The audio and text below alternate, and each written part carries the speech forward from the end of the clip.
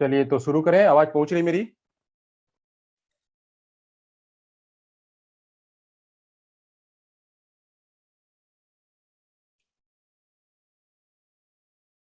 Okay.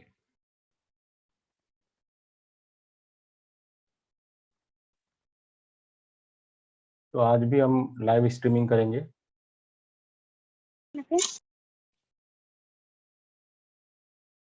YouTube पर।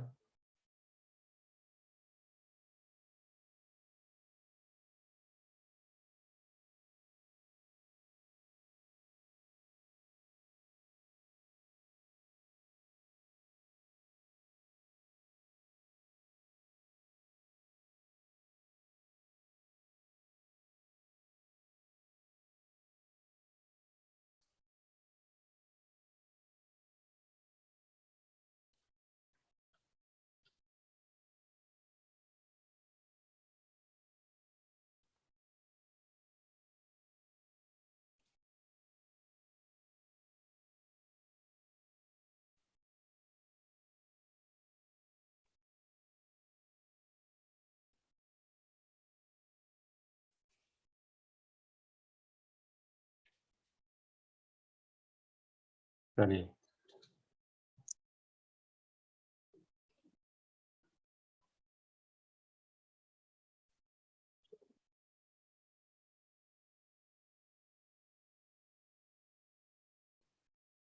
शुरू करते हैं।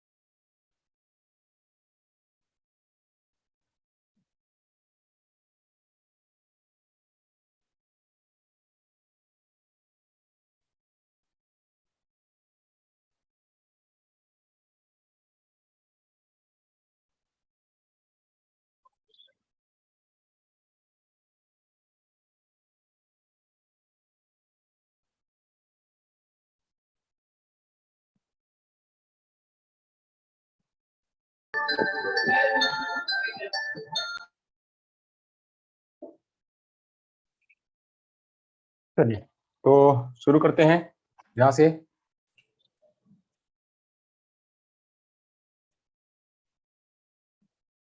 आज के दिन की शुरुआत करते हैं।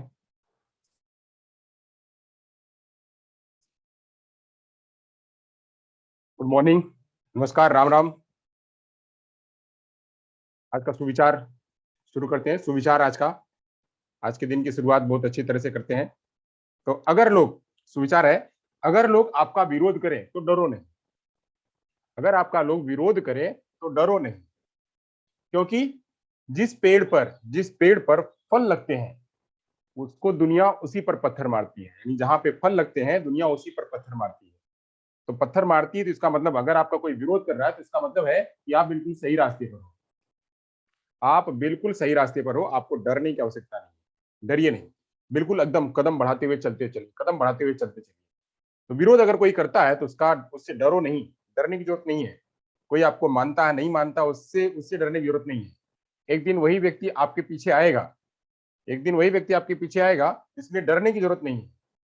हमेशा जो है कदम आगे की तरफ बढ़ाते चलो, कदम आगे की तरफ बढ़ाते चलो, अपने आप को एकदम सुदृढ़ करो, ताकि जो है लोग आपके पीछे पीछे आते रहे। वैसे ही जो है कोई भी विरोध अगर करे तो उसे डरने की बात नहीं है, क्योंकि जब जहां जिस पेड़ पर फल लगते हैं दुनिया उसी पर पत्थर मारती है। तो पत्थर मारती है इसका मतलब बहुत अच्छा काम हो रहा है, आपका विरोध हो रहा है इसका मतलब बहुत अच्छा काम हो रहा है, प्रगति पर हो। तो इस तरह से जो है विरोध का मतलब कि आप सकारात्मक तरीके पे चलें, आप सकारात्मक तरीके पे चलें, आप जो है अपने आप को बिल्ड करें, अपने आप को मजबूत करें। मजबूत करेंगे कैसे? जब उतनी मेहनत करेंगे, मेहनत करेंगे और एकदम बिल्कुल निर्देशित होकर के चलेंगे, और बिल्कुल एकदम गोल ओरिएंटेड होकर के चलेंगे। जहां गोल आपका उसी पर अगर आप टारगेट बन करके चलेंगे तो आपका जो विकास स्वाभाविक होगा। तो चलिए इसी आज मोटिवेशनल कोट से आज के दिन की शुरुआत करते हैं।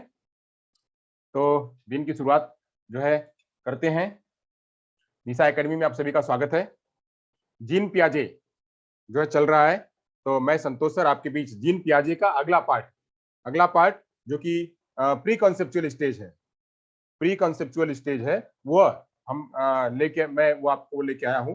तो उसके बारे में आज हम चर्चा करेंगे। प्री ऑपरेशनल स्टेज में प्री कॉन्सेप्चुअल स्टेज है और इंट्यूटिव स्टेज है, उसके बारे में हम आज चर्चा करेंगे। समय बचेगा तो उसमें और आगे चर्चा करेंगे। तो जो है अब तक जो हमने पढ़ लिया हुआ है, अब तक जो पढ़ लिया हुआ उसी के आगे का हम रिवीजन करेंगे। तो अब तक हमने क्या क्या पढ़ लिया हुआ है? अब तक हमने पढ़ लिया हुआ है जीन पियाजे कौन है, जीन पियाजे का काम क्या है, जीन पियाजे कौन है, जीन पियाजे कौन थे, उनकी क्या रचना थी, उनको किस बारे में जानते हैं, उनके बारे में हमने जान लिया था। फिर जीन पियाजे की जो रचनाएं हैं उनके बारे में हमने जान लिया हुआ था। जीन पियाजे के जो प्रोसेस है, संज्ञानात्मक विकास की प्रक्रिया क्या है, वो संज्ञानात्मक विकास की प्रक्रिया हमने जान लिया हुआ था। फिर उसके बाद जो है हमने संज्ञानात्मक विकास के चरण बालक में कैसे कैसे होते हैं, तो 4 चरणों के बारे में हमने एक ब्रीफ में जाना हुआ था। फिर उसके बाद पहले चरण की बात हमने कल करी हुई थी, कि पहले चरण में क्या होता है। तो सेंसरी मोटर स्टेज, जिसको एसओएस कहते हैं, सेंसरी मोटर स्टेज। तो ये एसओएस के बारे में हमने चर्चा कर ली हुई थी। उसमें 6 चरण थे, 6 चरण की भी हमने जानकारी कर ली हुई थी। तो अब यहाँ इसके आगे जो है हमको अब चलना है। तो 4 चरणों में 4 संज्ञानात्मक विकास के जो 4 चरण है, वो 4 चरणों के बारे में मैंने आपको बता दिया हुआ था कि एसओएस होता है, यूएस होता है, सीओएस होता है और एफओएस होता है। एसओएस, यूएस और सीओएस, एसओएस, ये जो है 4 इसकी चरण है। चारों चरणों में जो पहला वाला चरण था, पहला वाला चरण संज्ञानात्मक विकास की अवस्था का पहला वाला चरण संवेदी गामक अवस्था। तो संवेदी गामक अवस्था में मैंने आप लोगों को बताया हुआ था, संवेदी गामक अवस्था में कुल 6 चरण में मैंने पहला चरण बताया हुआ था रिफ्लेक्सिव मूवमेंट बताया था, जिसमें बच्चा जब जन्म लेता है तब से लेकर के 1 महीने तक, बच्चा जब जन्म लेता है तब से लेकर के 1 महीने तक उसमें रिफ्लेक्स एक्शन दिखाई पड़ते हैं। तो उसके बारे में मैंने चर्चा कर दिया हुआ था। फिर मैंने आपको बताया हुआ था कि प्री सर्कुलर रिएक्शन क्या होते हैं बच्चे के अंदर। Pre circular reaction, primary circular reaction जो है उसके बारे में मैंने बताया हुआ था। तो जो है 1 से 4 महीने की थी, 1 से 4 महीने की अवस्था। तो उसमें मैंने बताया हुआ था कि बच्चा जो है नई स्कीम बनाने लगता है और उसमें कुछ आदतें, कुछ ध्वनियों का जो है उसके अंदर में आदान, जो कुछ ध्वनियां वह सीखने लगता है। तो उसके बारे में मैंने बताया हुआ था। फिर मैंने दूसरी अवस्था, उसके बाद की अवस्था तीसरी जो थी, मतलब उसकी जो तीसरा सब स्टेज, पहले एसओएस के संवेदी गामक अवस्था का जो तीसरा वाला सब स्टेज था, उसका नाम था secondary circular reaction. Secondary circular reaction में क्या होता है कि बच्चा यहाँ पे रिपीटेशन, एक ही बात को बार बार रिपीटेशन करता है, वह छोड़ना पकड़ना जैसी क्रियाएं करता है और इसमें जो है वह हिट करना पकड़ना ये सब बातों का वह करता है। यहाँ पे जो मेन बात मैंने बताया हुआ था कि एक्शन नॉट इंटेंशनल होता है, इसमें जो भी एक्शन करता है बच्चा वह इंटेंशनल नहीं होता। तो इंटेंशनल ना होकर के ये इसके बारे में मैंने चर्चा करी हुई थी। तो और मैंने क्या बताया था कि इसमें बच्चा जो है वह अपने आप को सेपरेट रखता है। तो ये तीसरी वाली अवस्था मैंने बता दी हुई थी। उसके बाद मैंने चौथी वाली अवस्था का बात बताया हुआ था कि कोऑर्डिनेशन विद सेकेंडरी स्कीम्स, तो सेकेंडरी स्कीम के साथ में जो स्कीम है उसके साथ में वो क्या करता है, वह तालमेल बनाता है, तो तालमेल बनाने के लिए क्या करता है, इसमें सारी बातें वह इंटेंशनल गोल होता है इसका, इसमें जो है इंटेंशनल सारी बातें इंटेंशनल करता है और गोल ओरिएंटेड जो है इसमें एक्शन करता है। तो गोल ओरिएंटेड करता है, इसमें बच्चा ऑब्जेक्ट परफॉर्मेंस बनाने लगता है और स्कीमा जो है वह नया स्कीमा बनाने लगता है। इसमें जो मेन अहम बात थी, एक बात थी ए एंड बी एरर के बारे में मैंने बताया हुआ था। तो ए एंड बी एरर इसमें दिखता है। फिर वहीं जो है मैंने पांचवी अवस्था जो बताई हुई थी, पांचवी अवस्था, तो पांचवी अवस्था के बारे में मैंने बताया हुआ था कि टर्सरी सर्कुलर रिएक्शन, तृतीयक वृत्तीय अवस्था के बारे में मैंने बताया हुआ था। तो ये जो है वो 12 से 18 महीने के बीच में ये चली हुई थी। तो इसे मैंने बताया हुआ था कि बच्चा क्या है, एक्सपेरिमेंट करता है, कुछ नया चीजें सर्च करता है और यहाँ पे जो है ए एंड बी एरर जो था यह उसका बिल्ड हो जाता है, वो उसको डेवलप कर लेता है, वो एरर नहीं करता, दोनों के बीच में उसको बिल्ड कर लेता है और इमिटेशन बच्चा यहाँ पे करने लगता है। फिर उसके बाद मैंने जो लास्ट छठवीं वाली अवस्था बताई हुई थी, और छठवीं वाली अवस्था थी क्या, बिगिनिंग ऑफ थॉट्स। यहाँ पे बच्चे का विचार जो है वह शुरू हो जाता है निकलना, बच्चे के अंदर में से विचार निकलना शुरू हो जाता है। तो बिगिनिंग ऑफ थॉट में यहाँ पे वस्तुओं को जो है मस्तिष्क में पकड़ना, मस्तिष्क में रखना, मस्तिष्क में वस्तुओं को रखना, माइंड में होल्ड करना, उसके बारे में बच्चा जो है जान जाता है। वह छोटी छोटी प्रॉब्लम को जो है वो सॉल्व करने लगता है और इमिटेशन कर लेता है तथा ट्रायल एंड एरर की भावना जो है इसके अंदर में आ जाती है। उसके साथ साथ में एक जो अहम बात मैंने कहा था, डेफर्ड इमिटेशन, यहाँ पे डेफर्ड इमिटेशन करता है कि जो बच्चा पुराना सीखा हुआ उसी को कॉपी करके, उस जो पुराना सीखा हुआ है उसी पुराने को सीखे हुए करके वह आगे वह नया स्कीमा बनाता, उसी के आधार पर नया स्कीमा बनाता। तो ऐसे ये मैंने बातें जो है आपके सामने प्रस्तुत किया हुआ था एसएमएस के लिए। एसएमएस के मैंने चार जो 6 अवस्थाएं थी वो 6 अवस्थाएं जो मैंने क्लियर कर दिया हुआ था। एसएमएस के जो 6 सब स्टेज, जो 6 सब स्टेज थे इसके बारे में मैंने चर्चा कर दिया हुआ था। तो इसके बारे में अभी आपको बताया कि एक जो है वो रिफ्लेक्सिस मूवमेंट होता है, दूसरा जो है प्राइमरी सर्कुलर रिएक्शन होता है, तीसरा जो है सेकेंडरी सर्कुलर रिएक्शन होता है, चौथा जो है कोऑर्डिनेशन विद सेकेंडरी रिएक्शन के साथ में होता है, फिर तीसरा जो पांचवा वाला है वो टर्सरी सर्कुलर रिएक्शन होता है, और जो छठवां होता है वो बिगिनिंग ऑफ द हॉट होता है। तो छह स्टेज के बारे में हमने चर्चा कर लिया हुआ। तो 6 स्टेज के बारे में चर्चा कर लिया हुआ है, तो अब इसके आगे जो है हमको इस पे चर्चा नहीं करनी है। अब हम सीधे आते हैं अपने मुद्दे पर, अगले वाले मुद्दे पर आते हैं। अगले मुद्दे पर आते हैं, जो हमारा अगला वाला मुद्दा है आज का मुद्दा, उस मुद्दे पर चर्चा करेंगे। आज जो हम चलेंगे जो है वो दूसरी वाली अवस्था, जीन पियाजे की दूसरी वाली अवस्था, जीन पियाजे की दूसरी अवस्था, जिसका नाम उन्होंने दिया हुआ है प्री ऑपरेशनल स्टेज, जिसका नाम उन्होंने दिया हुआ है प्री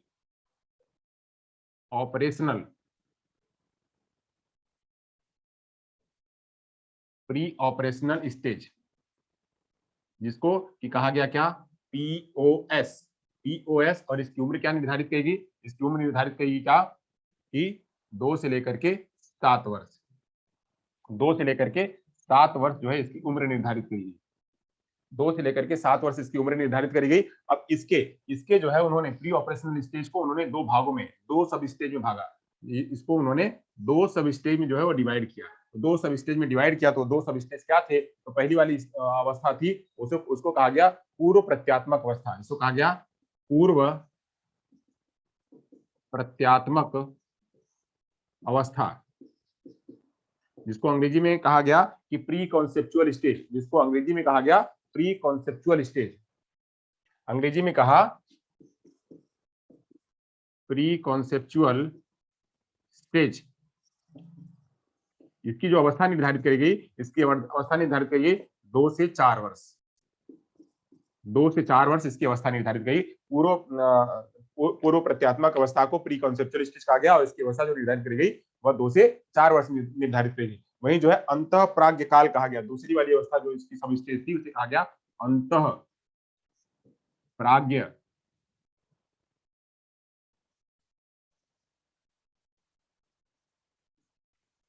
अंतः प्राज्ञ काल, अंतः प्राज्ञ काल,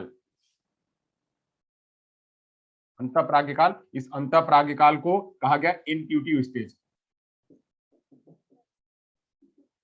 इंट्यूटिव स्टेज, इंट्यूटिव स्टेज। अब ये इसकी जो इंट्यूटिव स्टेज थी, यह अवस्था कहां से कहां तक थी, इसको कहा गया 4 से लेकर के 7 वर्ष, 4 से लेकर के 7 वर्ष, ये अवस्था बताई गई। तो ऐसे ही अभी तक हमने जो है वो पहली वाली अवस्था पढ़ ली थी, एसओएस पहली अवस्था हमने पढ़ ली थी, पहली अवस्था में 6 स्टेज थे, वो खत्म हो गया था। अब उसके बाद जो दूसरी अवस्था जीन पियाजे की जो कॉग्निटिव डेवलपमेंट की जो दूसरी वाली अवस्था है उसका नाम है प्री ऑपरेशनल स्टेज। तो प्री ऑपरेशनल स्टेज इसको पीओएस कहा गया।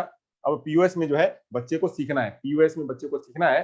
अब यहाँ पे बच्चा क्या क्या इसके अंदर में डेवलप होता है, तो डेवलप होने के लिए 0 से मतलब 2 से 7 वर्ष, 2 से 7 वर्ष इसका अवस्था निर्धारित करी गई है, 2 से 7 वर्ष इसकी अवस्था निर्धारित करी गई है।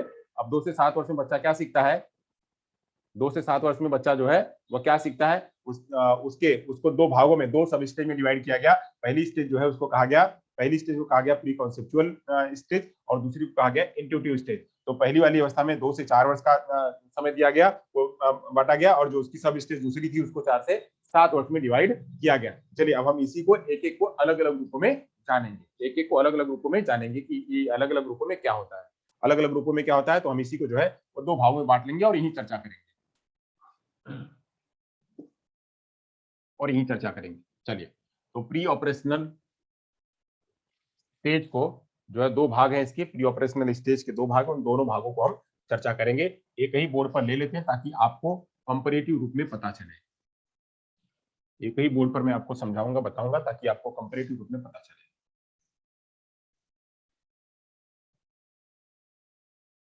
तो यहाँ पे यहाँ से यहाँ तक जो है हम ले लेते हैं एक भाग और वहां से वहां तक ले लेते हैं दूसरा भाग। तो पहले वाले भाग को कहा गया प्री कॉन्सेप्चुअल स्टेज, पहले वाले भाग को कहा गया प्री कॉन्सेप्चुअल स्टेज। तो यहाँ पे हम एक लिख लेते हैं इसको थोड़ा मोटे से।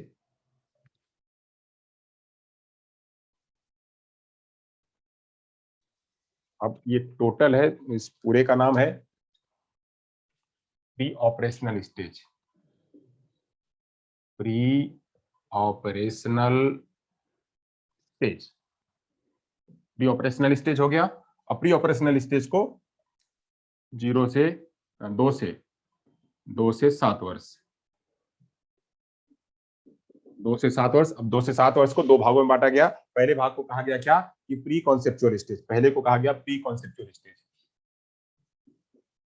Pre conceptual stage, pre conceptual stage जिसका हिंदी नाम है क्या, पूर्व प्रत्यात्मक अवस्था, पूर्व प्रत्यात्मक अवस्था। ये 2 से लेके 4 वर्ष, 2 से लेके 4 वर्ष। अब वहीं जो ये वाली है इसे कहा गया intuitive stage, intuitive stage, intuitive stage को कहा गया अंतः प्राज्ञ काल, अंतः प्राज्ञ काल। अब ये वाली अवस्था जो थी इसे कहा गया 4 से लेके 7 वर्ष। चलिए, तो ये दो अवस्थाएं, इन दोनों अवस्थाओं को हम जो है बारीकी से जानेंगे कि इनमें कहा क्या गया है, क्या बातें हुई है, क्या कहा गया है और क्या बातें हुई हैं, इसके बारे में हम समझेंगे। तो प्री कॉन्सेप्चुअल स्टेज जिसको कहा गया पूर्व प्रत्यात्मक अवस्था, और इंट्यूटिव स्टेज जिसे कहा गया अंतःप्राज्ञ अवस्था। अब इसमें समझते हैं कि क्या क्या बातें करी गई हैं। चलिए जानते हैं क्या क्या बातें करी गई। पहली बात तो करा गया कि उसमें बच्चा क्या था, उस वाली अवस्था में, उस वाली अवस्था में बच्चा क्या कर रहा था, सारी बातें वह सेंस के जरिए वह सीख रहा था, सारी बातें सेंस के जरिए वह डेवलप कर रहा था, नए नए स्कीमा को वह बना रहा था, स्कीमा को बना रहा था, बिगाड़ रहा था, बना रहा था, बिगाड़ रहा था। स्कीमा को बना करके वह सभी ज्ञान को वह स्टोर कर लिया था। और क्या, वह ट्रायल एरर कर रहा था, वह ट्रायल एरर कर रहा था, पीछे की जो बातें थी उस पीछे की बातों को वह सीख रहा था, यानी वह डेफर्ड इमिटेशन भी कर रहा था, इमिटेशन भी कर रहा था। अब यहीं से जो है, अब उनके आधार पे थोड़े छोटे छोटे वो कॉन्सेप्ट, छोटे छोटे वो कॉन्सेप्ट भी वह रेडी करने लगा। यानी जो यहाँ पे कहा गया है प्री कॉन्सेप्चुअल स्टेज, कॉन्सेप्ट बनाने से पहले की अवस्था, यानी बच्चा जो है, बच्चा कॉन्सेप्ट बनाने लगेगा उससे पहले की अवस्था है कि कॉन्सेप्ट बनाने से पहले वह क्या क्या क्रियाएं करेगा। यानी कॉन्सेप्ट बनाने के लिए उसको एक कॉन्सेप्ट इतना जल्दी नहीं बनता है, एक कॉन्सेप्ट इतना जल्दी नहीं बनता है, उसमें कई बार की प्रैक्टिस होती है, कई बार का ट्रायल एरर होता है। तो वो जब बन जाता है तब जाकर के उसके कई सारे कैरेक्टरिस्टिक्स जब दिमाग में आ जाते हैं तब जाकर वो कॉन्सेप्ट क्लियर होता है, तो वह कॉन्सेप्ट बनता है। तो ऐसे ही यह कॉन्सेप्ट बनाने से पहले की अवस्था है, यानी प्री कॉन्सेप्चुअल स्टेज मतलब क्या, कॉन्सेप्ट बनाने से पहले की अवस्था। तो यहाँ पे बच्चा जो है वो बनाएगा कैसे, तो बनाने के लिए क्या करता है, अपने परिवेश की वस्तुओं को पहचानने और उसमें विभेद करना सीखता है। अपने वस्तुओं के अपने परिवेश, अपने परिवेश की वस्तुओं, अपने परिवेश की वस्तुओं को पहचानने, अपने परिवेश की वस्तुओं को पहचानने एवं उसमें विभेद करने लगता है, उसमें विभेद करने लगता है। कैसे करने लगता है, तो इसके लिए एक एग्जांपल लेते हैं। इसमें विभेद करने लगता है बच्चा जो है अपने परिवेश की वस्तुएं जो है, जैसे मान लीजिए कोई भी वस्तु है, घर में कोई भी वस्तु है, तो वस्तु है उसको दो, एक बार ये एक बार जो है ये जानेगा, एक बार वो जानेगा। जैसे जैसे मान लीजिए बहुत जो फेमस एग्जांपल मैंने कल भी दिया हुआ था, परसों भी दिया हुआ था कि गाय और भैंस, उसके परिवेश में गाय और भैंस दो जानवर हैं, तो गाय और भैंसों को क्या करेगा, वह पहचानेगा, गाय और भैंस दोनों को पहचानेगा। पहले गाय को जानेगा फिर भैंस को जानेगा, गाय के जैसी भैंस दिखती है तो गाय के जैसी भैंस दिखती है, इन दोनों को जानेगा और पहचानेगा। तो गाय की कैरेक्टरिस्टिक्स को समझ जाएगा और भैंस की कैरेक्टरिस्टिक्स को समझ जाएगा। यानी गाय गाय जो है इसके भी 4 पैर होते हैं, भैंस के भी 4 पैर होते हैं, गाय की भी 2 सींग होती है, भैंस की भी 2 सींग होती है, गाय के भी 2 कान होते हैं, भैंस के भी 2 कान होते हैं। ये चीजें जो है वो समझ गया। अब इसके अंदर में विभेद क्या करना सीखेगा, विभेद क्या करना सीखेगा, ये दोनों के बीच में विभेद भी सीखेगा। विभेद क्या सीखेगा, तो गाय गाय जो है सफेद होती है, गाय जो है वो दूसरे कलर की होती है, भैंस काली होती है, तो भैंस काली होती है, इसकी चमड़ी मोटी होती है, इसकी चमड़ी ये जो है ये पतली होती है। तो इन दोनों के बीच में जो है वह थोड़ा अंतर आगे करके सीखेगा कि जो है भैंस कैसे बोलती है, गाय कैसे बोलती है, इसके बीच में भी अंतर जानेगा। तो ऐसे ही बहुत सारी वस्तुएं हैं जिन वस्तुओं को कि बच्चा जो है वह समझेगा और करेगा। जैसे जैसे उसके परिवेश में है एक टीवी, एक है टीवी और दूसरा है फोन, मतलब मोबाइल फोन। एक है टीवी और दूसरा है मोबाइल। एक टीवी है और मोबाइल है। अब इन दोनों के बीच में, टीवी और मोबाइल दोनों के बीच में जो है अंतर करना सीखेगा। टीवी और मोबाइल दोनों के बीच में अंतर करना सीखेगा। टीवी क्या होती है, मोबाइल क्या होता है। तो टीवी टीवी में भी हम चीजों को देख सकते हैं, मोबाइल में भी चीजों को देख सकते हैं। टीवी में भी जो है वो सारी बातें आती हैं, जो टीवी में आती है वो मोबाइल में भी वही सारी बातें आती हैं। बट फर्क क्या है, ये दोनों दोनों चीजों को उसने समझ लिया है। ये जो है बड़ी होती है, टीवी जो है बड़ी होती है, मोबाइल जो है छोटी होती है। टीवी को हम कहीं लेकर के जा नहीं सकते हैं, मोबाइल को लेकर के जा सकते हैं। तो ऐसे बच्चा जो है वो घर में रहते रहते, बच्चा घर में रहते रहते इन वस्तुओं के बारे में, इन परिवेश की वस्तुओं के बारे में क्या करता है, वह उसको पहचानने लगता है और उसको जो है उसके अंदर में विभेद भी करने लगता है। उसके अंदर में विभेद भी करने लगता है, चाहे वह खान पान की वस्तु हो, चाहे खिलौनों की वस्तु हो, चाहे उसके पहनने ओढ़ने की वस्तु हो, सभी वस्तुओं में जो है उसको पहचानने लगता है और उसको उसके अंदर में विभेद भी करने लगता है। तो ये वाली अवस्था में जो है ये ज्ञान बच्चे के अंदर में दिखाई पड़ता है। ओके, तो अब यहाँ चलते हैं, एक हमको मिल गया कि वो जो है उसके अंदर में विभेद करने लगता है तथा उसको पहचानने लगता है। आगे ऐसे जब पहचानता है, कभी कोई पहचानता है तो पहचानने के दौरान उसके अंदर में कुछ मस्तिष्क से कुछ विचार कौंधने लगते हैं। जब वह जानने लगता है, जब उसके अंदर में विभेद आने लगता है, यानी विभेद कैसे करना है, तो विभेद करने के लिए उसके अंदर में कुछ प्रश्न कौंधते हैं, कुछ प्रश्न निकल करके आते हैं। वो प्रश्न क्या होते हैं, उस प्रश्न को कहते हैं व्हाई एंड हाउ जैसे प्रश्न। Why and how, why and how, why and how जैसे प्रश्न जो है उसके अंदर में आने लगते हैं कि यह हुआ कैसे। व्हाई एंड हाउ जैसे प्रश्नों को जानने की, जैसे प्रश्नों की जानने की जिज्ञासा, जैसे प्रश्नों को जानने की जिज्ञासा जो है उसके अंदर में आने लगती है, जैसे प्रश्नों को जानने की जिज्ञासा आने लगती है। अब जैसे, अब मान लीजिए मैंने कहा, यहीं पे कहा कि यह टीवी, टीवी है, एक टीवी है और एक मोबाइल है, एक टीवी और एक मोबाइल है। तो अब बच्चे के मन में आया कि मोबाइल को तो हम कहीं भी लेके आ सकते, मोबाइल हमारे पास रहता है, मोबाइल हम जहाँ सोते हैं रहते हैं वो हमारे हाथ में रहता है, हम टीवी को हाथ में क्यों नहीं लेके चल सकते हैं। बच्चा जो है वहां पे उसके अंदर में मन में विचार आएगा, मन में विचार आएगा और वो मन को अपने उसके मन में भी कौन देगा और सामने भी पूछेगा। और वो सामने भी पूछेगा कि हम मोबाइल फोन को तो लेके जा सकते हैं, मोबाइल में भी गेम आता है, मोबाइल में भी वो चीज सीरियल आते हैं, मोबाइल में वो सारा कुछ दिखता है और टीवी में भी वही दिखता है। तो मोबाइल को हम लेकर के चल सकते हैं, मोबाइल में बात कर सकते हैं, टीवी में बात क्यों नहीं कर सकते हैं। मोबाइल में जो है हम उसको लेकर के यहीं कहीं आ जा सकते हैं, टीवी को क्यों नहीं आके लेके आ जा सकते हैं। तो ये जो है ये व्हाई और हाउ जैसे प्रश्न बच्चे के अंदर में कौंधने लगते हैं। तो वहीं ये तो हो गया वस्तुओं के बारे में, वहीं जानवरों के बारे में भी या इंसानों के बारे में भी, इंसानों के बारे में कि मम्मी मम्मी है, पापा पापा है, तो मम्मी पापा एक जैसे क्यों नहीं है, आंटी और मम्मी एक जैसी क्यों नहीं है, मम्मी और दादी एक जैसी क्यों नहीं है, ये दोनों अलग अलग कैसे हैं, मम्मी को मम्मी क्यों कहते हैं, दादी को दादी क्यों कहते हैं। अब ये दोनों के बीच में वो जो है अंतर हुआ करने लगता है, उसके अंदर में प्रश्न आने लगता है कि ये चीज है क्या, ये चीज है क्या। यहीं पे मैंने आपको एक एग्जांपल और दिया हुआ था कि मम्मी को देख करके जो है मम्मी के अंदर में संकल्पना, बच्चे के अंदर में जो प्री उसमें सेंसरी मोटर स्टेज में रहता है बच्चा, बच्चा जब सेंसरी मोटर स्टेज में रहता है तो वहां पे मम्मी को देख करके मम्मी का भाव उसके अंदर में रहता है कि ये मम्मी है। वहीं अगर कोई दूसरा ले लेता है, कोई दूसरा ले लेता है, उसके पास चला जाता है, उसको उसको पता नहीं है, उसके पास वो चला जाता है, बट उसको बाद में आभास होता है ये तो मम्मी का जो है वो शरीर वैसा नहीं है, मम्मी के स्पर्श वैसा नहीं है, मम्मी का शरीर मम्मी का स्पर्श वैसा नहीं है। तो उसके अंदर में विभेद आने लगता है, तो विभेद आने लगता है, फिर वो रोने लगता है, फिर वहां से वो अपने आप को अनकंफर्ट फील करता है, वहां से वो चला जाता है। तो ऐसे ही जो है वह आगे की बहुत सारी वस्तुएं जब और बड़ा होता है तो उसके अंदर में जो और चीजें जब वो एक्सप्लोर करने लगता है बाहर की चीजों को, तो उसके अंदर में ऐसे प्रश्न व्हाई और हाउ जैसे प्रश्न निकल करके आते हैं। व्हाई और हाउ जैसे प्रश्न निकल करके आते हैं कि यह होता कैसे और क्यों होता है, होता क्यों है और क्यों होता है। तो बच्चा जो हमने पीछे पढ़ा हुआ था, हमने हमने लास्ट में जो लास्ट की अवस्था पढ़ी थी उसमें ट्रायल एंड एरर, उसमें इसके पहले हमने जो पढ़ा हुआ था trial and error, trial and error. बच्चा जितना ट्रायल करता है, बच्चा जितना ट्रायल करता है वो ट्रायल और एरर पे ही, बच्चे को ट्रायल और एरर से ही WH वाले प्रश्नों का जो जवाब जो है उसको, अब और जब ट्रायल एरर करता है तो उसको पता चलता है कि ये जो है ये हुआ क्यों। जैसे मैंने आपको एक एग्जांपल और दिया हुआ था अंडे का, कि अंडा जो है, अंडे को आपने मतलब वस्तु है, अंडे को आपने बच्चे ने गिराया तो गिरा तो उसमें जो कुछ और वस्तु निकली, तो और वस्तु निकली तो उसके अंदर में ये निकला कि ये क्या निकल गया, अभी तक तो जो बॉल थी बॉल तो घूर रही थी, अब अंडा जो है अलग तरीके से निकल रहा है, ये हो क्यों रहा है। तो उसको जो है जानने की कोशिश बच्चा करता है, इस तरह की जिज्ञासा बच्चे के अंदर में आती है और उसको जानने की कोशिश करता है। तो इसे कहते हैं क्या, इसे कहते हैं, एक नाम देते हैं ट्रांसडक्टिव रीजनिंग, इसे कहते हैं ट्रांसडक्टिव रीजनिंग।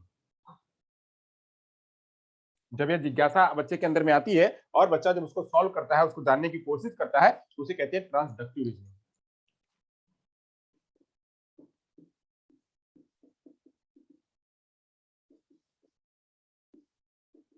ट्रांसडक्टिव रीजनिंग का मतलब होता है कि व्यक्ति जो है उसके सामने जो वस्तु है, उस वस्तु का आगे और पीछे दोनों की जानने की कोशिश करता है, आगे और पीछे दोनों की जानने की कोशिश करता है। जैसे अब ये क्या है, यह है, तो यह वस्तु है, तो इसको खोलेंगे क्यों, इसको बंद क्यों करेंगे, तो खोलने और बंद करने, ये भाव जो है बस ये जो सामने दिख रहा है उसके अंदर और नहीं जाना है, और नहीं जाना, बस प्रत्यक्ष चीजों के अंदर में, प्रत्यक्ष वस्तुओं के सामने ही वह जो है वह रीजनिंग करना स्टार्ट करता है। तो रीजनिंग करना स्टार्ट करता है, तो इसे जब बच्चा डब्ल्यूएच प्रश्नों की कोशिश करता है, यानी यह वाई और हाउ जैसे प्रश्नों की कोशिश करता है, तो इसे कहते हैं क्या, ट्रांसडक्टिव रीजनिंग। तो इसे कहते हैं, ये बच्चा जो है इसके अंदर में भाव जब आता है, ये आता है कौन सी अवस्था में, ये आता है प्री कॉन्सेप्चुअल स्टेज, यानी कॉन्सेप्ट अभी रेडी नहीं हुआ है। मैंने कहा कि अभी कॉन्सेप्ट रेडी नहीं हुआ, बच्चे का कॉन्सेप्ट बना नहीं है अभी कि गाय और भैंस, बच्चा गाय को गाय कहेगा और भैंस को भैंस कब कहेगा, गाय को गाय और भैंस को भैंस कब कहेगा, और ये टीवी को और मोबाइल को वैसे तो जान जाएगा, बट टीवी और मोबाइल की कैरेक्टरिस्टिक्स, ये दोनों का कॉन्सेप्ट उसका कब क्लियर होगा, ये कॉन्सेप्ट कब बनेगा, ये बनेगा तब जब बच्चा उसके सारे पहलुओं को जब जान लेगा, सारे पहलुओं को जान लेगा, तब उसके अंदर में वो भाव जागृत होगा। और ये सारी चीजें प्रत्यक्ष होती हैं, जो सामने दिख रही है, जो कंक्रीट रूप में उसके सामने है, उन्हीं चीजों को करता है। एब्स्ट्रैक्ट चीजें और बाहर की चीजें जो उसके सामने बिल्कुल केंद्र है, उसी केंद्र पर जो चीजें दिख रही, बस उसी के बारे में वो जानेगा, उसके आगे पीछे वो नहीं जानेगा। इसलिए ये भाव जो है इसके अंदर में दिखता है। तो ये गाय और भैंस या टीवी या मोबाइल, इन सब चीजों के बारे में जो बच्चा रीजनिंग करना जानता है कि है क्यों, कैसे है, डब्ल्यूएच के रूपों में, उसे कहते हैं क्या, ये कहते हैं ट्रांसडक्टिव रीजनिंग। तो ट्रांसडक्टिव रीजनिंग जो है उस बच्चे के अंदर में निकल करके आती है, जिसे जिज्ञासा, यहाँ पे लिख लेंगे, डब्ल्यूएच जैसे प्रश्नों को जानने की जिज्ञासा होती है, जिसे ट्रांसडक्टिव रीजनिंग कहते हैं। आगे चलते हैं, अगला लेते हैं, और क्या कैरेक्टरिस्टिक दिखाई पड़ती है इसमें एक भाव और दिखाई पड़ता है, यानी इसी में जो पूर्व प्रत्यात्मक अवस्था है, इसमें एक भाव और दिखाई देता है, जिसे कहते हैं एनिमिज्म। एनिमिज्म की भावना, बच्चे में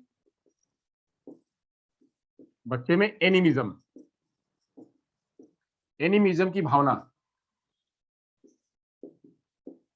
की भावना दिखाई देती है। अब एनिमिज्म क्या होता है, इसके बारे में जान लेते हैं। एनिमिज्म का मतलब होता है कोई भी वस्तु है, उस सारी वस्तुओं को ये समझता है कि सारी वस्तुएं जीवी हैं, मैंने इसके बारे में एक एग्जांपल बताया हुआ था, इस पे चर्चा हो चुकी है एक दिन, मैं इसका रिवीजन कर रहा हूँ।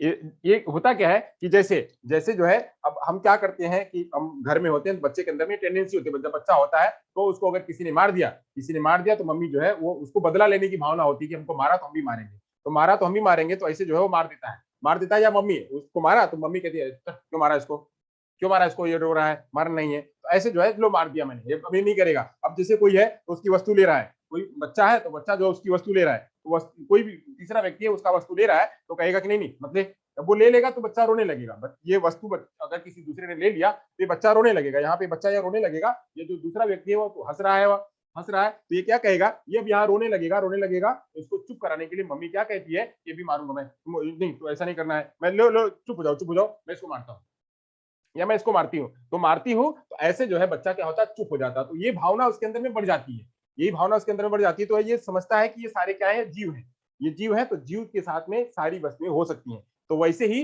जो है आगे जाकर के हर किसी वस्तु को वह जीव ही समझता है। तो आगे जाकर के वह जो है, अगर कहीं और उसको चोट लगी, जैसे टेबल पे वह गया, टेबल से गिर गया, तो उसको जो है वो उसको लगेगा कि टेबल नहीं हमको मारा है, या टेबल से हमको लगा है, तो टेबल से लगा तो वो तब तक नहीं चुप होता है जब तक मम्मी ये ना कहते लाओ मैं टेबल को मारती हूँ। अब उसको ये पता नहीं कि टेबल को मारने से टेबल को कोई चोट लगने वाली नहीं है, बट वह यहाँ पे वह क्या समझता है कि जैसे मम्मी ने उसको मारा, वैसे ही टेबल को मारना चाहिए। तो वैसे सारी वस्तुएं, चाहे खिलौना हो, पेन हो, चाहे कोई भी वस्तु हो, उन सारी वस्तुओं को वह क्या करता है, वह यह समझता है कि सारी वस्तुएं एनिमिज्म ही है, सारी वस्तुएं जीव आत्मा ही है, सारी वस्तुओं में जीव जैसा ही लगता है। यानी सारी वस्तुएं कैसी होती हैं, सारी वस्तुएं सजीव रूप में ही दिखती हैं, यानी सारी वस्तु में जीव होता है, सजीव होती है। इसको जब मारेंगे तो उसको चोट लगेगा, उसको पता नहीं उसको मारा तो चोट लगा, इसको मारने से चोट नहीं लगने वाला है, बट उसके अंदर में यह भाव नहीं होता है। तो एनिमिज्म की भावना है, यानी हर वस्तुओं को सजीव रूप में देखना जैसी भावना बच्चे के अंदर में होती है, यानी सभी वस्तुओं को सजीव रूप में देखना देखना, यह बच्चे के अंदर में दिखाई पड़ता है। सभी वस्तुओं को सजीव रूप में देखना, यह जो है बच्चे के अंदर में होता है। अब वहां पे यहाँ पे बच्चा क्या है, सजीव और निर्जीव में कोई अंतर नहीं कर पाता कि ये निर्जीव और ये सजीव है, ये निर्जीव और ये सजीव है। तो सजीव और निर्जीव सभी में देखता है, एवं सजीव एवं निर्जीव में अंतर ना कर पाना, सजीव एवं निर्जीव में अंतर ना कर पाना, ये भाव जो है उसके अंदर में दिखाई पड़ता है। यानी वह जो है सजीव और निर्जीव में अंतर नहीं कर पाता है। ये अवस्था किसमें दिखाई देती है? तो ये अवस्था जो है पूर्व प्रत्यात्मक अवस्था में दिखाई पड़ती है। अब यहीं से जो है यहाँ बच्चे के अंदर में वो उस अवस्था में बच्चा क्या कर रहा था, कोइंग कर रहा था और बबलिंग करना स्टार्ट कर देता था। तो यहाँ से बच्चे का जो है भाषा बच्चे का यहाँ से प्रारंभ होने लगता है। यहाँ से जो है उसको थोड़ी थोड़ी भाषा भी प्रारंभ होने लगती है, भाषा जो है एक्वायर करने लगता है। भाषा सीखने की प्रक्रिया, भाषा सीखने की प्रक्रिया प्रारंभ होती है। यहीं से जो है बच्चों को भाषा सीखने की प्रक्रिया भी प्रारंभ होने लगती है। तो ये तो था, यहाँ पे इतनी बातें आपको ध्यान रखनी। क्या बातें ध्यान रखनी है कि बच्चा जो है इस अवस्था में वस्तुओं को पहचानना, वस्तुओं में विभेद करना ये जान जाता है। How and why and how को प्रश्नों को वह जानने लगता है और साथ साथ में ट्रांसडक्टिव रीजनिंग इसके अंदर में आने लगती है।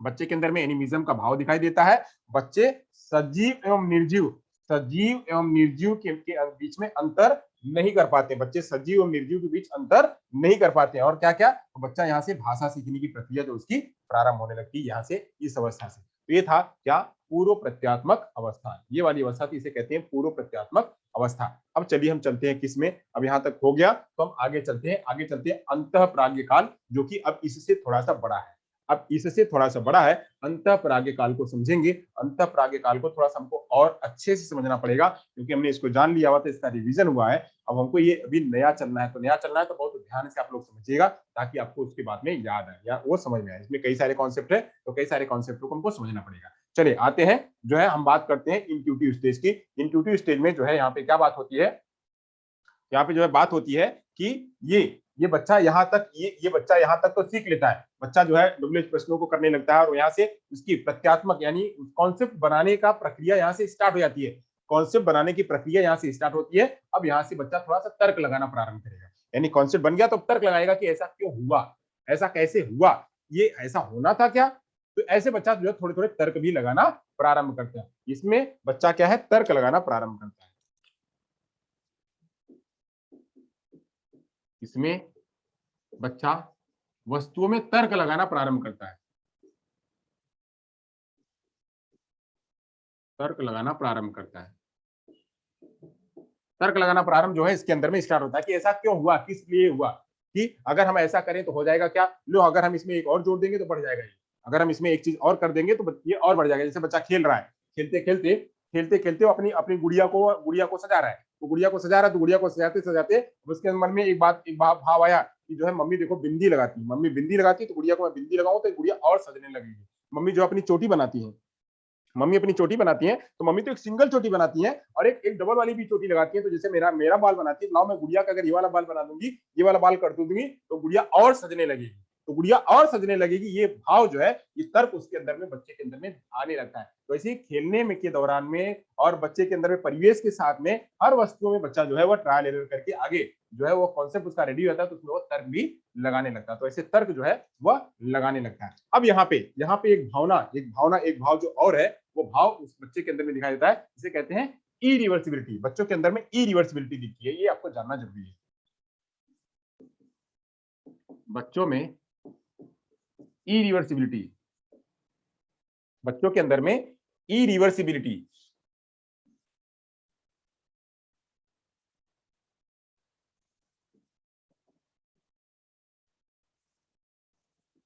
इरिवर्सिबिलिटी का भाव जो है बच्चे के अंदर में दिखाई पड़ता है। यानी बच्चों में इरिवर्सिबिलिटी का भाव दिखाई पड़ता। अब इरिवर्सिबिलिटी का मतलब क्या होता है, इसके बारे में जान लेते हैं। इरिवर्सिबिलिटी मतलब क्या, रिवर्स मतलब क्या कि ये है, हम यहां से गए और फिर वापस आए। तो एक बार तो गए वापस आए, जाने की प्रक्रिया तो पता है, बट वापस आने की प्रक्रिया नहीं पता है। यहाँ से जाने की प्रक्रिया पता है बट वापस आने की प्रक्रिया पता नहीं है। तो ये वाली प्रक्रिया में बच्चा यहीं पे वो कंफ्यूज होता है, वो ई रिवर्स नहीं कर पाता, यानी रिवर्स वह मतलब वो रिवर्स आना, जाना तो ठीक है, वह रिवर्स आना बच्चे को पता नहीं होता है, यानी तो उसके अंदर में यही इश्यू कहते हैं ई रिवर्सिबिलिटी, यानी रिवर्स आना नहीं होता, उसे ई रिवर्सिबिलिटी कहते हैं। रिवर्स मतलब क्या कि एक बच्चा सीधा जा रहा है, सीधा जा रहा तो रिवर्स आया, तो रिवर्स आया तो ठीक है, रिवर्सिबिलिटी हो गई। वहीं अगर बच्चा जा रहा है सीधा, सीधा आया वहां तक गया, उसके बाद वापस नहीं आ पा रहा है, तो इसे कहते हैं क्या है, ई रिवर्सिबिलिटी। ई रिवर्सिबिलिटी की बच्चे के अंदर में भावना दिखाई पड़ती है। एक संज्ञान, एक कॉन्सेप्ट बच्चे के अंदर में बना है, बन गया है, अब उसको कहा गया कि इसका उल्टा करो, तो बच्चा वहां जान नहीं पाता है। तो जान नहीं पाता है, तो इसके बीच में बहुत सारे जो है प्रयोग किए गए, बहुत सारे प्रयोग किए गए कि इसका उल्टा क्या हो सकता है, इसका उल्टा क्या हो सकता है, ये बच्चे के अंदर में प्रयोग किया गया। तो इसके में एक सबसे बढ़िया और सबसे मस्त प्रयोग जो मैंने उस दिन थोड़ा सा बताया हुआ था कि इरिवर्सिबिलिटी का भाव क्या होता है। सपोज करिए कि आप यहाँ पे पियाजी जी ने, मैं पियाजी को ले लेता हूँ, पियाजी जी ने अपने बच्चे पर ही प्रयोग किया, अपने बच्चे पर प्रयोग किया। उन्होंने क्या किया, इरिवर्सिबिलिटी का पहले मैं यहाँ मतलब लिख देता हूँ। इरिवर्सिबिलिटी मतलब क्या कि उसको ठीक उल्टा, उसका ठीक उल्टा जो है वो नहीं जान पाना, ठीक उल्टा नहीं समझ पाना।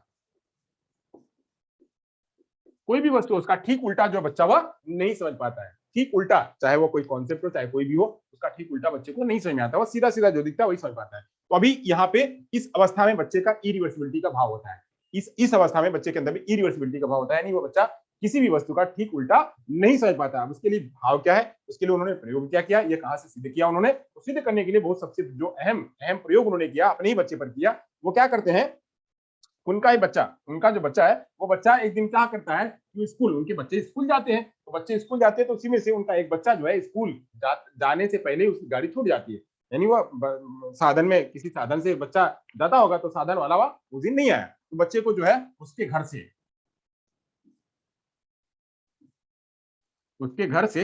से जो है यहाँ पे स्कूल आना था उसको, बच्चे को घर से स्कूल आना था, यानी ये यहाँ पे पियाजी जी का घर, और पियाजी जी के घर से बच्चे को स्कूल छोड़ना था, मतलब बच्चे को स्कूल जाना था पियाजी के बच्चे को। तो पियाजी जी क्या करते हैं कि वहां उस दिन कहते हैं कि अच्छा चलो अब यहाँ पे ठीक है, हम एक प्रयोग भी कर लेंगे, तो प्रयोग भी कर लेंगे, तो उनके दिमाग में चल रहा था, क्योंकि वह लगातार बच्चों पर प्रयोग कर रहे थे, लगातार प्रयोग कर रहे थे, तो बच्चों ने उनके मन में भाव ये भी आया कि देखिए ये बच्चा कर पाता है या नहीं कर पाता है। तो वो जो है क्या करते हैं, बच्चे को खुद बोलते चलो अच्छा कोई बात नहीं, आज हम तुमको चलते हैं छोड़ने के लिए।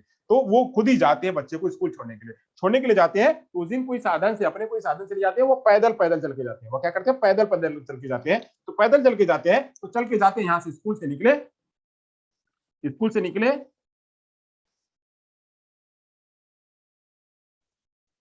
ऐसे पहुंच गए स्कूल रास्ते से, यानी ये रास्ता था, इस रास्ते से जो है वो आए गए और बच्चे को स्कूल पहुंचा दिया, बच्चे को छोड़ दिया, यहाँ छोड़ दिया, और छोड़ने के बाद कहा कि अब तुम जो है यहाँ से वापस चले आना, यहाँ से चले आना, यहाँ से चले आना। तो बच्चा कहता है कि बोला तुमको रास्ता पता है, चले आओगे, बोले कि नहीं, बोले नहीं, बोले क्यों, तुम्हें अब दिखा तो दिया रास्ता, बोले मुझे आने का रास्ता तो पता हो गया, यहाँ से घर से यहाँ तक आ सकता हूँ, यहाँ से जाने का रास्ता मेरे को पता नहीं है। बच्चा यहाँ कहता है कि मैं यहाँ से यहाँ तक आ तो गया, मैं यहाँ से आ जाऊंगा, आप अब मुझे कहोगे तो मैं स्कूल आ जाऊंगा, बट स्कूल जाने का मेरे को रास्ता पता नहीं, जबकि वही है रास्ता, और कोई रास्ता नहीं है, रास्ता वही है, उसको वापस वहीं आना है, उसी रास्ते से आना है, रिवर्स होकर के। वो बच्चे को पता नहीं, वो क्या है, बिल्कुल सीधा जो बात है उसी बात पर वो जो है ध्यान करता है। तो इसलिए बच्चे के अंदर में इरिवर्सिबिलिटी की भावना दिखाई पड़ती है, ऐसे इसको जो है और एग्जाम में भी पूछा जाता है बच्चे को, ऐसे आपको अक्सर जो सीटेट के एग्जाम में पूछा जाता है कि इरिवर्सिबिलिटी की भावना कब दिखाई देती है, इसका एक स्टेटमेंट दे दिया जाता है, स्टेटमेंट ऐसे दे दिया जाएगा कि एक बच्ची अपने घर से मार्केट गई, अपनी मम्मी के साथ में, और मम्मी ने कहा कि यहाँ से तुम घर चले जाओ, तो वो रोने लगती है, बोली मैं घर नहीं जा पाऊंगी, तो ऐसी भावना में वह रोने लगती है। तो ऐसी भावना में उसका कौन सा भाव जागृत होता है, तो ऐसी भावना में आप क्या कहोगे, ऐसी भावना में बच्चे का इरिवर्सिबिलिटी का भाव जागृत होता है। बच्ची क्यों रोने लगती है, बच्ची को यह डर है कि मैं घर नहीं पहुंच पाऊंगी, घर क्यों नहीं पहुंच पाऊंगी, क्योंकि अभी उसको रास्ता पता नहीं है। अब इसको बच्चे को रास्ता का पता नहीं है, रास्ता पता है क्योंकि मम्मी तो लेके आई है, अभी वह उसको रिवर्स रूप में वह जा नहीं सकती, उसी चीज को रिवर्स में वो कह नहीं सकती है। कह नहीं सकती है, तो इसलिए जो है यहाँ पे इरिवर्सिबिलिटी का भावना जागृत होता है। तो ये यही नहीं, हर भाव में, हर कहीं पे आप इरिवर्सिबिलिटी की भावना जो है बच्चे के अंदर में, जो छोटा बच्चा होता है उसको ले सकते हैं, कर सकते हैं। यानी जैसे आपने कुछ बात को कहने के लिए तो कहा, कह दिया तो उसको बोला कि दोबारा कहो या उसका उल्टा कहो, वो बच्चा नहीं कह पाता है। तो ऐसे जो है ठीक उल्टा बच्चा समझ नहीं पाता किसी कॉन्सेप्ट को, तो इसे कहते हैं इरिवर्सिबिलिटी की भावना। चलिए, तो ये हो गया। आगे चलते हैं, अगली बात करते हैं। इरिवर्सिबिलिटी हो गया हमारे हमारे पास। अगली बात करते हैं, अगली बात करते हैं, आगे पे आते हैं। आगे जो है, आगे आता है ईगोसेंट्रिज्म। आगे आता है, बच्चे के अंदर में एक भाव और जागृत होता है, उस भाव को कहते हैं ईगोसेंट्रिज्म। इस अवस्था के बच्चे में, इंट्यूटिव वाली अवस्था में बच्चे के अंदर में, बच्चों में ईगोसेंट्रिज्म होता है। ईगोसेंट्रिज्म मतलब क्या? अहम, आत्महन, यानी उसे कहते हैं अहम केंद्रितता। अहम केंद्रितता, उसके अंदर में अहम केंद्रितता होती है, यानी वो जो कुछ भी है वो वही है, जो कुछ भी समझता है वो समझता है कि मैं हूं। अब यहाँ पे बच्चे के अंदर में समझ में क्या आता है? बच्चा क्या समझता है? बच्चा यह समझता है कि जो मैं समझ रहा हूँ वही सामने वाले भी समझ रहे हैं, यानी जो मैं समझ रहा हूँ वही सामने वाले भी समझ रहे हैं। तो ये कहता है कि ये मेरी वस्तु है, तो सामने वाला भी यही कहेगा कि मेरी वस्तु है, ये ले लेगा कैसे? अक्सर बच्चा, आप देखते हो ना कि किसी बच्चे की कोई वस्तु ले लो तो बच्चा रोने लगता है। वस्तु ले लो तो बच्चा वहां रोने लगता है। रोने क्यों लगता है? वो इसको लगता है कि मेरी वस्तु है, तो उनको भी तो ये पता है ना कि ये मेरी वस्तु है, यह वस्तु मेरी है। बच्चे को लगता है यह सब कुछ करो, मैं बच्चा हूँ, ये मेरी वस्तु है, और आपने मेरे से ये ले लिया तो मैं यहाँ रोने लगूंगा क्यों? कि आपने मेरी वस्तु ले ली है, आपको पता है कि मेरी वस्तु, तो आपने क्यों ले लिया? ये भावना बच्चे के अंदर में जागृत होती है। तो बच्चा जो है यह समझता है, बच्चा यह समझता है कि जो मैं समझता हूं वही बाकी लोग भी समझते हैं। वह यह समझते हैं कि जो मैं कह रहा हूं वही सच है, वो सारे सारे लोग भी वही समझते हैं। तो इसलिए बच्चे के अंदर में ईगोसेंट्रिज्म होता है कि बच्चे ने कहा कि नहीं ये सही है, हमको मिठाई चाहिए, तो वो भी कहेगा कि हमको मिठाई चाहिए ही। बच्चे ने कहा कि यह सही है, यह जो है यहाँ पे बैठना है, तो वो उसको वहां पे बैठना ही है, बच्चे को वहां बैठना ही है। वो ये समझेगा कि उनको भी ये पता होगा कि मुझे बैठना है। तो ये जो है इस तरह से बच्चे के अंदर में ईगोसेंट्रिज्म आता है। ये ईगोसेंट्रिज्म और आगे आता है, आगे जाकर के जब हम जाते हैं चौथी वाली अवस्था में आते हैं, तो चौथी वाली अवस्था में भी ईगोसेंट्रिज्म आता है। तो वहां पे ईगोसेंट्रिज्म का भाव अलग होता है। एक ईगोसेंट्रिज्म यहाँ आता है, तो दूसरा एक ईगोसेंट्रिज्म वहां भी आता है। तो वहां पे उसको एडोसेंट ईगोसेंट्रिज्म कहते हैं, वहां पे उसको एडोसेंट ईगोसेंट्रिज्म कहते हैं। यहाँ पे ईगोसेंट्रिज्म जो है वह यहाँ पे इंट्यूटिव वाला ईगोसेंट्रिज्म है। यहाँ पे बच्चे को लेकर के कि बच्चा खाली यह सोचता है कि जो मैं सोचता हूँ वही है, वही सही है, वही सारे लोग भी वही सोचते होंगे। तो इसलिए यहाँ बच्चे के अंदर में ईगोसेंट्रिज्म भी दिखाई पड़ता है। होप आपको समझ में होगा। आगे चलते हैं ईगोसेंट्रिज्म में। तो इसका मतलब क्या है? यहाँ ये लिख सकते हैं कि बच्चा सोचता है कि जो मैं सोचता हूं वही दूसरे भी सोचते हैं।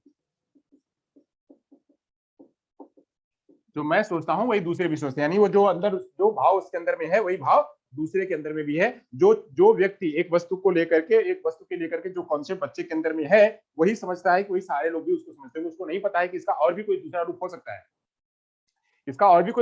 सकता है, बच्चे को भी ये पता नहीं है, क्योंकि बच्चे का भी उतना जो स्कीमा है वो अभी उतना डेवलप नहीं हुआ है। अभी इरिवर्सिबिलिटी की भावना उसके अंदर में नहीं आई हुई है। इरिवर्सिबिलिटी की भावना नहीं आई है, वो उसको दूसरा उसका पहलू नहीं समझ पा रहा है। तो इसलिए उसको क्या लगता है कि बच्चा जो मैं समझता हूं वही जो है वो दूसरे भी समझते हैं। तो इसलिए जो है यहाँ पे ईगोसेंट्रिज्म की भावना दिखाई पड़ती है। जो अगली बात है, वो अगली बात की बात करते हैं। अगली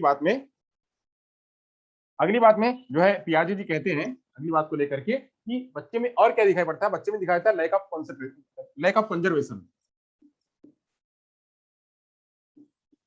लैक ऑफ कंजर्वेशन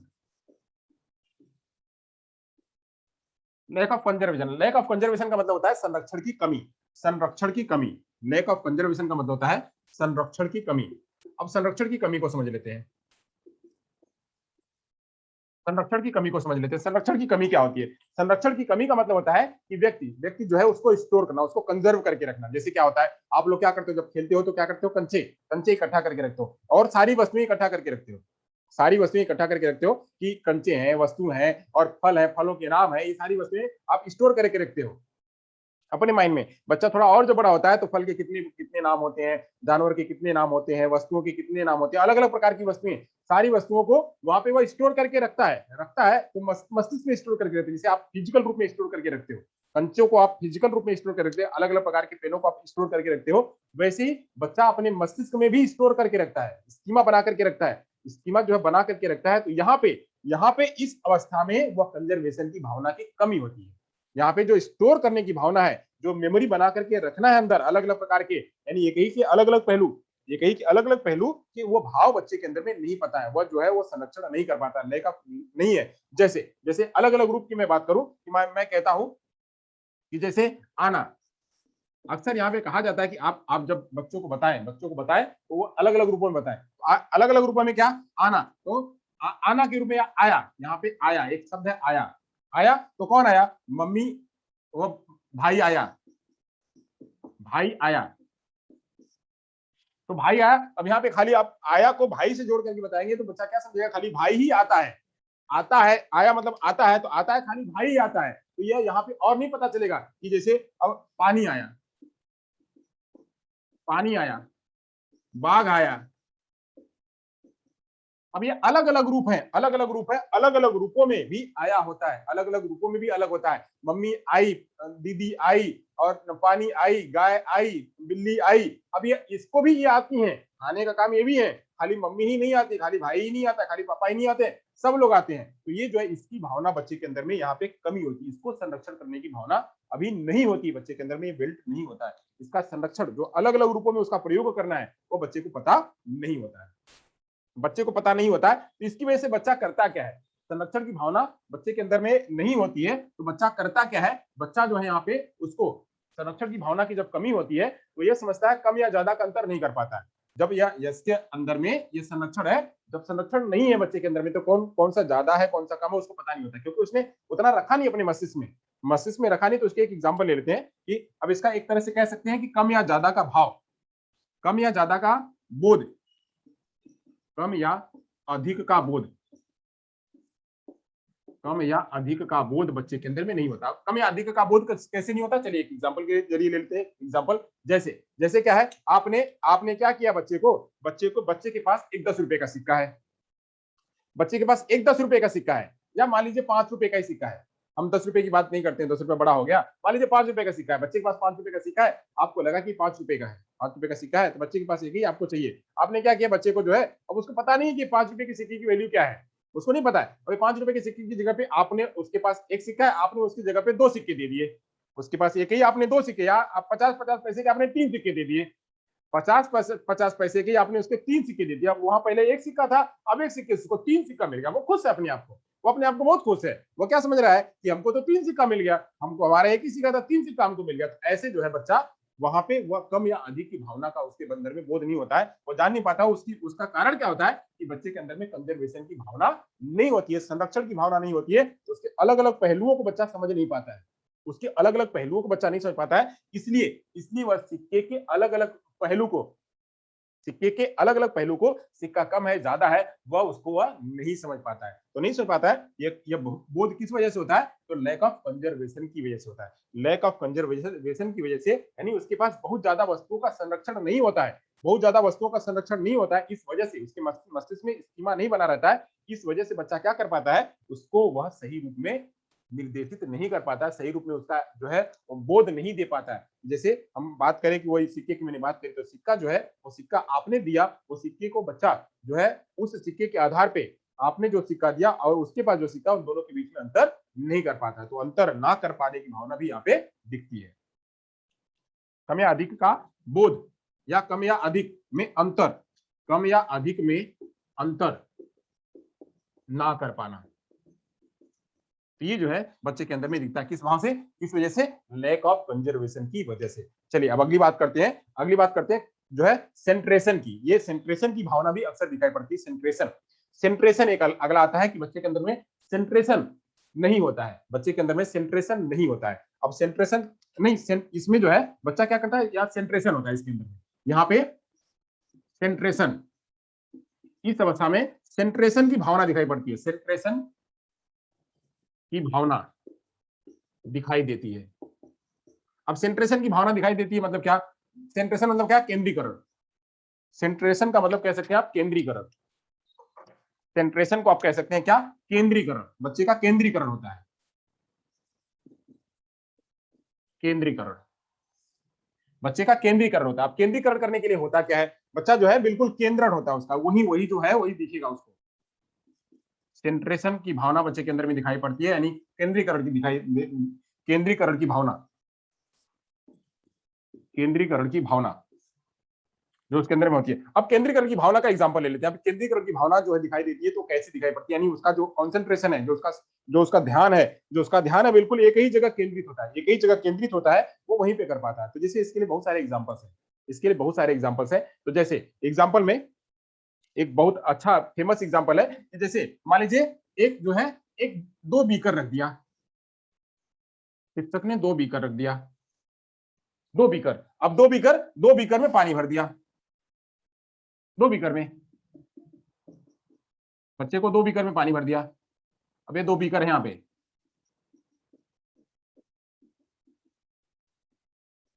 अब ये दो बीकर है, दो बीकर हो गया, दोनों बीकर में बराबर पानी भरा हुआ है, इतना।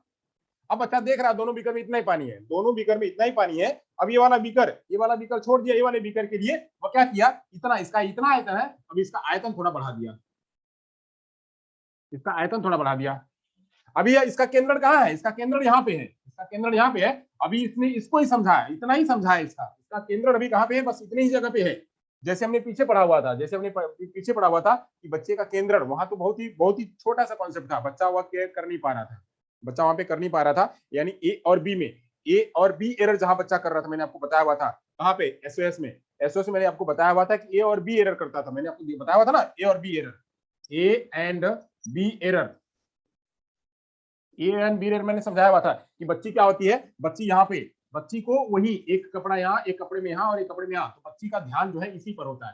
तो अभी तो यह खाली उतना ही ध्यान है, अभी ये इतने ही में ध्यान है, बट यहाँ पे बच्चा थोड़ा कर पाता है, बच्चे के अंदर में समझ विकसित हो गई है, समझ विकसित, ये तो बहुत छोटा सा कॉन्सेप्ट है, ये बड़ा कॉन्सेप्ट है। यहाँ पे बड़ा कॉन्सेप्ट है, यहाँ तो छोटा सा था कि यहाँ खाली वस्तु लेना है, वस्तु लेना तो पकड़ना है, पकड़ने के लिए बस यहीं पे उसका आंख यहाँ जाती है, बट यहाँ पे तो ध्यान लगाना है, यहाँ पे दिमाग लगाना है, यहाँ पे दिमाग नहीं लगाने पाते, यहाँ तो खाली ध्यान लगाना था, बच्चे का सेंस करना था, सेंस से पता करना था। अब यहाँ बच्चे को दिमाग भी लगाना है, यहाँ पे माइंड भी लगाना है, तो माइंड लगाने के लिए ये इससे ही संबंधित ये वाला है, इससे ही संबंधित इसका थोड़ा सा बड़ा रूप है। तो ए एंड बी एरर यहाँ पे वही है कि केंद्र, यहाँ भी केंद्र नहीं हो रहा, तो यहाँ भी केंद्र नहीं हो रहा है, यहाँ पे केंद्र क्या है, ध्यान से संबंधित है, और यहाँ पे केंद्र क्या है, यहाँ पे माइंड से संबंधित है।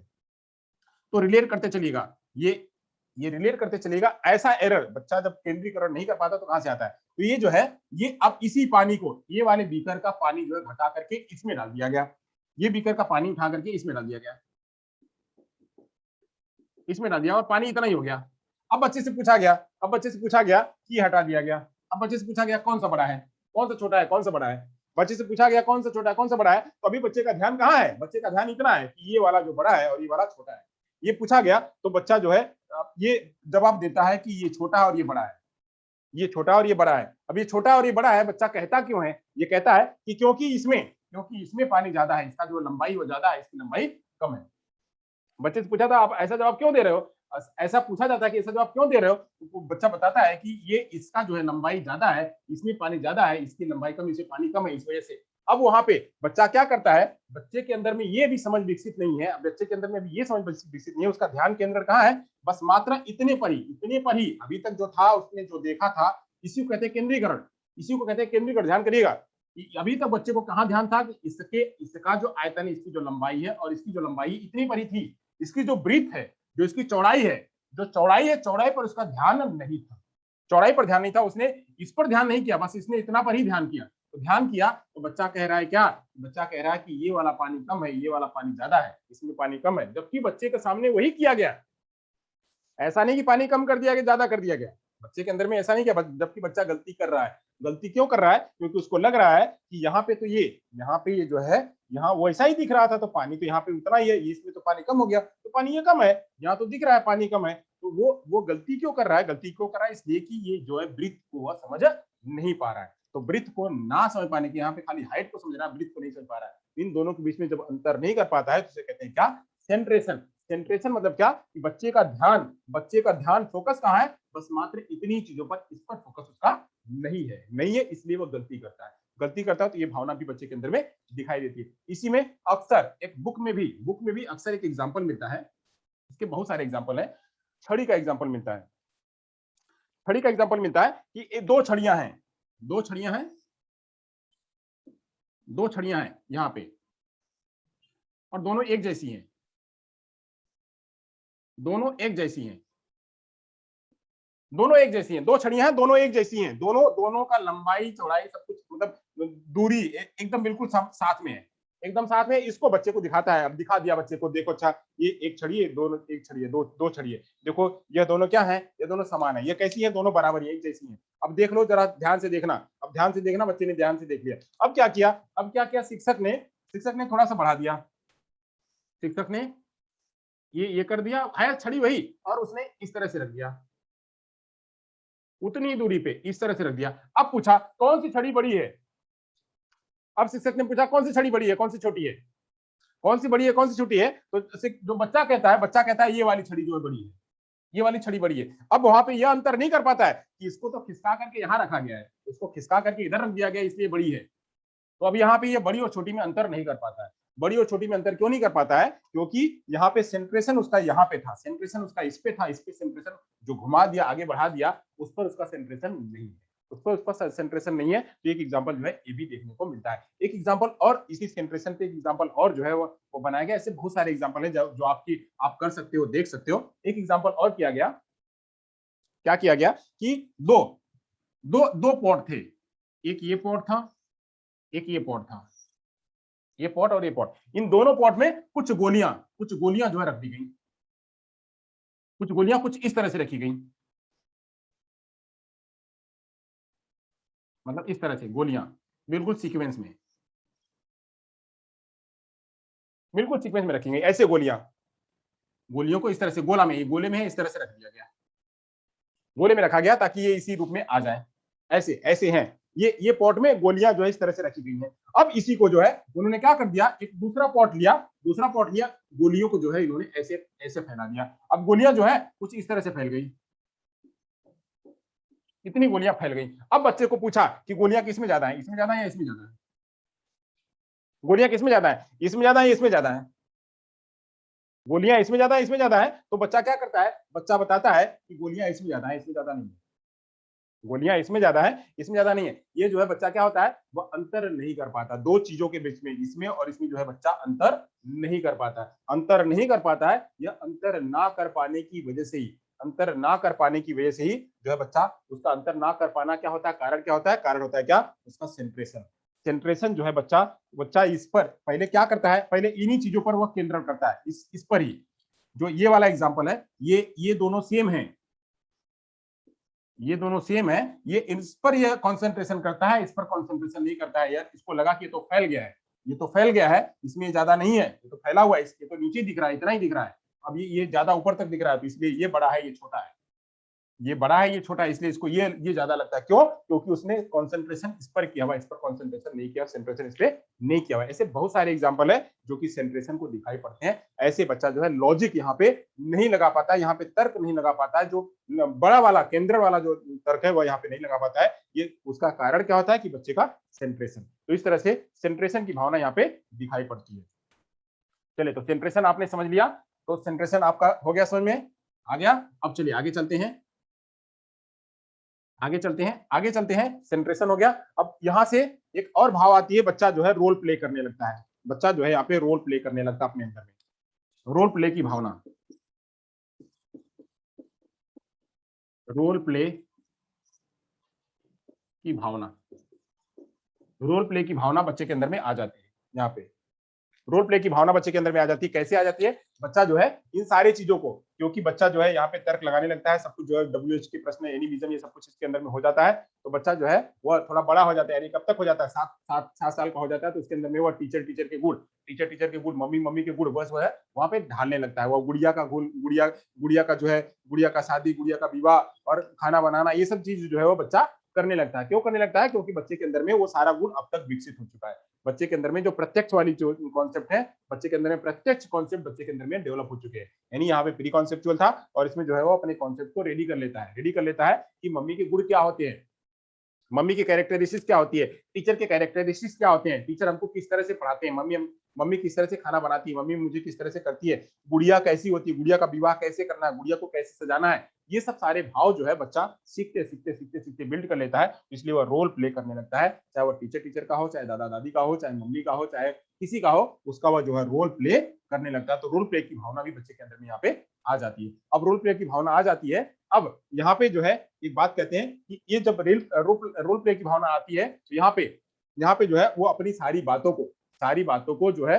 वह लॉजिक के साथ में करने लगता है, बट बहुत ज्यादा लॉजिक नहीं करता है, लॉजिक करने की तरफ वह जो है अग्रसर होता है, लॉजिक करने की तरफ अग्रसर होता है, यानी यार बच्चा क्या है, लॉजिक की तरफ अग्रसर होता है, यानी वो शिक्षक के भाव या फिर वो रिवर्सिबिलिटी का भाव, वो सेंट्रेशन का भाव, ये सब उसके अंदर में आ जाता है, यानी वहां तक वो अग्रसर हो रहा है। इसीलिए इसे कहते हैं प्री ऑपरेशनल स्टेज, यानी ऑपरेशन मतलब क्या होता है, लॉजिक, ऑपरेशन से संबंध है यहाँ पे लॉजिक, यानी लॉजिक करने से थोड़ा सा पहले है, लॉजिक यहाँ लग सकता है, बच्चा लॉजिक लगा सकता है, उससे थोड़ा सा पहले है, तो लॉजिक लगाने से पहले थोड़ा सा पीछे है, इसका मतलब क्या है कि बच्चा लॉजिक की तरफ अग्रसर हो रहा है, इसीलिए इसको कहते हैं क्या, pre operational stage.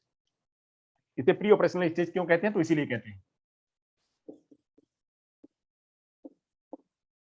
Pre operational stage, इसे क्यों कहते हैं, तो इसीलिए कहते हैं कि बच्चा क्या है, वो ऑपरेशन मतलब क्या, ऑपरेशन मतलब लॉजिक लगाना बच्चे को आ रहा है, तो लॉजिक लगाने से पहले यहाँ पे थोड़ा सा, जैसे यहाँ पे कॉन्सेप्ट सीखने से पहले की अवस्था थी, यानी कॉन्सेप्ट सीखने की तरफ अग्रसर हो रहा है, थोड़ा सा पहले है, वैसे यहाँ पे लॉजिक लगाना बच्चा आगे वाली चरण में सीखने लगेगा, और लॉजिक लगाना, यहाँ पे लॉजिक कर रहा है बट थोड़ा लॉजिक कर रहा है, जो प्रत्यक्ष चीजें जो सामने वाली वस्तु है उसमें थोड़ा कर रहा है, बट और जो है लॉजिक बच्चा और उसका बिल्ट होगा, बड़ा होगा, तो अगली वाली अवस्था में आता है, तो अगली वाली अवस्था में बच्चा जो है वो और ऑपरेशन की स्टेज में जाता है, तो ऑपरेशन स्टेज जो है यहाँ से स्टार्ट होती है, इसीलिए जो कहते हैं प्री ऑपरेशनल स्टेज या फिर लॉजिक करने से पहले की अवस्था। तो ये था जो है हमारा क्या, प्री ऑपरेशनल स्टेज, जो कि 2 से 7 वर्ष तक चलती है, 2 से 7 वर्ष तक चलती है।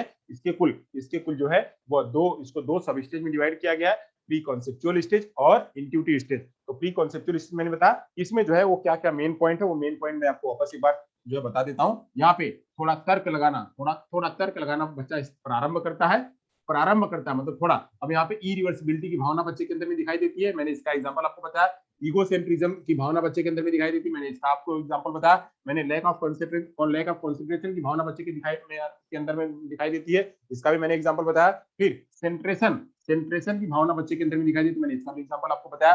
रोल प्ले बच्चा करने लगता है, तो रोल प्ले की भावना मैंने आपको बताया। तो इतने सारे कॉन्सेप्ट जो है ये इस वाले संबंध से, इससे संबंधित आते हैं। तो जब भी इस प्रकार का प्रश्न आए तो आप इसका सही से जवाब देंगे, ऐसी मेरी उम्मीद है। तो एक बार वापस से जो है मैं इसको एक बार रिवीजन कर देता हूं कि बच्चा प्री कॉन्सेप्चुअल स्टेज में क्या करता है, तो अपने परिवेश की वस्तुओं को पहचानना, उसमें विभेद करना सीख जाता है। फिर जो है अब इसमें WH प्रश्नों को बच्चा जानने लगता है, इसीलिए इसको कहते हैं ट्रांसडक्टिव जो है रीजनिंग। अब बच्चा जो है वह इसके अंदर में सजीव और निर्जीव के बीच भेद नहीं कर पाता, इसलिए इसके अंदर में एनिमिज्म की भावना आती है, यानी वह सब चीजों को सजीव ही समझता है और निर्जीव नहीं समझता है। और इसमें जो है भाषा सीखने के भाषा जो है सीखना प्रारंभ यहाँ से हो जाता है, तो ये भी अवस्था इसमें दिखाई पड़ती है। वहीं जो है इरिवर्सिबिलिटी की भावना मतलब क्या, जो सीधे जा रहा है वो वापस जो है वो आने का तर्क इसके अंदर में नहीं होता है, वह जो है इसके अंदर में वो बिल्ट अभी नहीं हुआ होता है, इसलिए इरिवर्सिबिलिटी की भावना आती है। वहीं ईगोसेंट्रिज्म की भावना दिखाई पड़ती है। ईगोसेंट्रिज्म मतलब क्या कि सारा जो है वो अहम केंद्रित होता है, सब कुछ वो उसी का है, वह ऐसा सोचता है कि जो मैं सोचता हूँ वही सारे लोग भी सोचते हैं, तो ईगोसेंट्रिज्म की भावना यहाँ पे बच्चे को दिखाई देती है। फिर लैक ऑफ कंसंट्रेशन बच्चे के अंदर में दिखाई देता है, यानी उसके पास जो संरक्षण की भावना जो है वो उतना नहीं है, यानी वो उतना सारा कुछ संरक्षण नहीं करा है, संरक्षण ना करने की वजह से वह जो है वो दो चीजों के बीच अंतर नहीं कर पाता है, यानी ये क्या है और ये क्या है, इनके बीच अंतर नहीं कर पाता है कि यह लाल है या पीला है या छोटा है या बड़ा है, या यह वस्तु कैसी है, ये छोटी सी है या बड़ी सी है, इसका अंतर क्या होगा, इसके बारे में क्या होगा, ये उसके अंदर में कंसंट्रेशन जो है कंजर्वेशन नहीं होता है। कंजर्वेशन ना होने की वजह से बच्चा जो है गलती करता है, अंतर नहीं कर पाता है। वही जो है कॉन्सेंट्रेशन मतलब सेंट्रेशन, यहाँ सेंट्रेशन यानी केंद्रीकरण, केंद्रीकरण या विकेंद्रीकरण भी कहते हैं इसी को, कहीं कहीं केंद्रीकरण या विकेंद्रीकरण भी कहते हैं। तो केंद्रीकरण जो है बच्चे के अंदर में दिखाई पड़ता है, तो केंद्रीकरण बच्चे के अंदर में दिखाई पड़ता है। तो केंद्रीकरण की भावना क्या होती है, इसे कहते हैं क्या, कि जहां पे बच्चा खाली फोकस होकर के उतनी ही बातें समझे और उसके बाजू वाली बात को ना समझ पाए, उसके ठीक उल्टा जो है या ठीक उसके सामने जो हो रहा है उसको ना समझ पाए, तो इसे कहते हैं क्या, केंद्रीकरण की भावना। तो केंद्रीकरण की भावना के लिए मैंने आपको एग्जाम्पल यहाँ पे बताया, वो बीकर वाला, वो गिलास वाला, और वो मुद्दे वाला, और वो छड़ी वाला, मैंने सारे एग्जाम्पल आपके सामने प्रस्तुत किए। वैसे ही बच्चे के अंदर में रूल प्ले आता है और बच्चा जो है प्री ऑपरेशनल स्टेज को भी समझता है। तो प्री ऑपरेशनल स्टेज का मतलब क्या है, ऑपरेशन से पहले या लॉजिक लगाने से पहले की अवस्था। तो यहाँ तक था। तो हमारा जो है प्री ऑपरेशनल स्टेज आप लोगों को समझ में आया होगा। अगर आप इसका स्नैप लेना चाहो तो ले लो। और यहाँ से हम आगे आगे जो हमारा स्टेज आता है, वो आता है हमारा स्टेज मूर्त संक्रियात्मक अवस्था, COS। तो उसकी उसकी उसकी बात हम आज ही करें या कल करें, आप लोग कहिए। मूर्त संक्रियात्मक अवस्था जो है हम आज ही बताएं या कल बताएं। तो कल जो है वो मूर्त संक्रियात्मक अवस्था, और जो है वो औपचारिक अवस्था, औपचारिक संक्रियात्मक अवस्था, तो इसकी चर्चा कल करें या अभी आज ही करें। ओके, मनीष पवार कल। चलिए तो ठीक है। तो जो है आज हमने इतना ही समझा, उसकी चर्चा कल कर लेंगे। और कोई कह रहा है कल कर या अभी आज ही करें, और किसी का कोई है जवाब, और कोई कुछ कहना चाहता है, आज ही पढ़ना है कल पढ़ना है, क्योंकि बहुत सारे लोग हैं।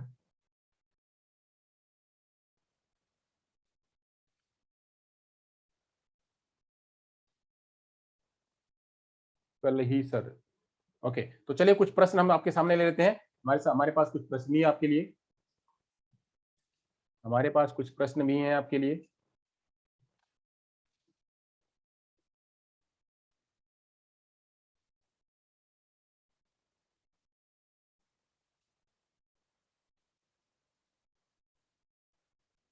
ओके,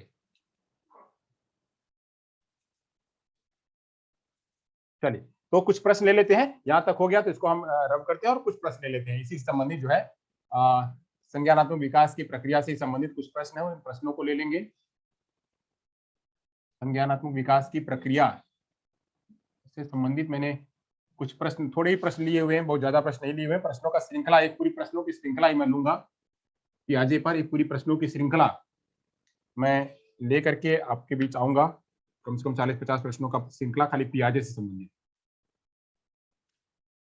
ताकि आपके सारे प्रश्न जो है पियाजे से संबंधित कोई भी प्रश्न हो आप उसका तुरंत जवाब दे सके, आपके अंदर में कोई कंफ्यूजन ना हो।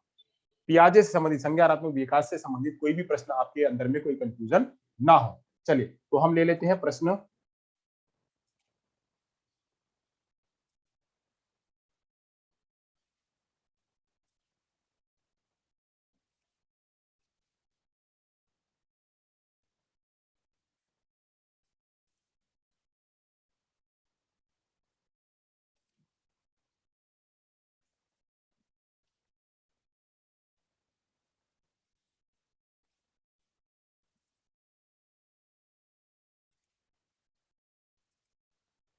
चलिए तो प्रश्न ले लेते हैं। प्रश्न यहां से ले लेते हैं। प्रश्न नंबर 1 आप लोग बहुत ध्यान से देखिएगा और जवाब दीजिएगा। प्रश्न नंबर 1 यहाँ से है। पहला प्रश्न, पहला प्रश्न है, जीन पियाजे के अनुसार कोई बच्चा किस अवस्था में अपने परिवेश की वस्तुओं को पहचानने एवं उसमें विभेद करने लगता है? जीन पियाजे के अनुसार कोई बच्चा किस अवस्था में अपने परिवेश की वस्तुओं को पहचानने और उसमें विभेद करने लगता है? किसमें? SOS, COS, POS और FOS? किसमें? किसमें? जवाब जवाब जवाब जवाब जवाब। किसमें? किसमें किसमें किसमें? SOS, COS, POS, FOS? किसमें? किस अवस्था में बच्चा अपने परिवेश की वस्तुओं को पहचानने और उसमें विभेद करने लगता है? सही बात है, सही बात है। तो तीसरी अवस्था भी मैंने अभी बताया, बच्चा जो है उसमें अपने परिवेश की वस्तुओं को पहचाने और उसमें विभेद करने लगता है। चलिए बहुत बढ़िया। चलिए अगला प्रश्न लेते हैं। इसमें हो सकता है कुछ गलत जवाब लिखा हो। एक नहीं है, इसका जवाब जो है 3 है। इसका जवाब जो है वो 3 है। चलिए आगे चलते हैं। अगला प्रश्न लेते हैं। अगला प्रश्न है आपकी स्क्रीन पे। अगला प्रश्न आपकी स्क्रीन पे कुछ इस तरह से, हाँ, बच्चे दुनिया के बारे में अपनी समझ का सृजन करते हैं। बच्चे दुनिया के बारे में अपनी समझ का सृजन करते हैं, यह किस विद्वान का कथन है?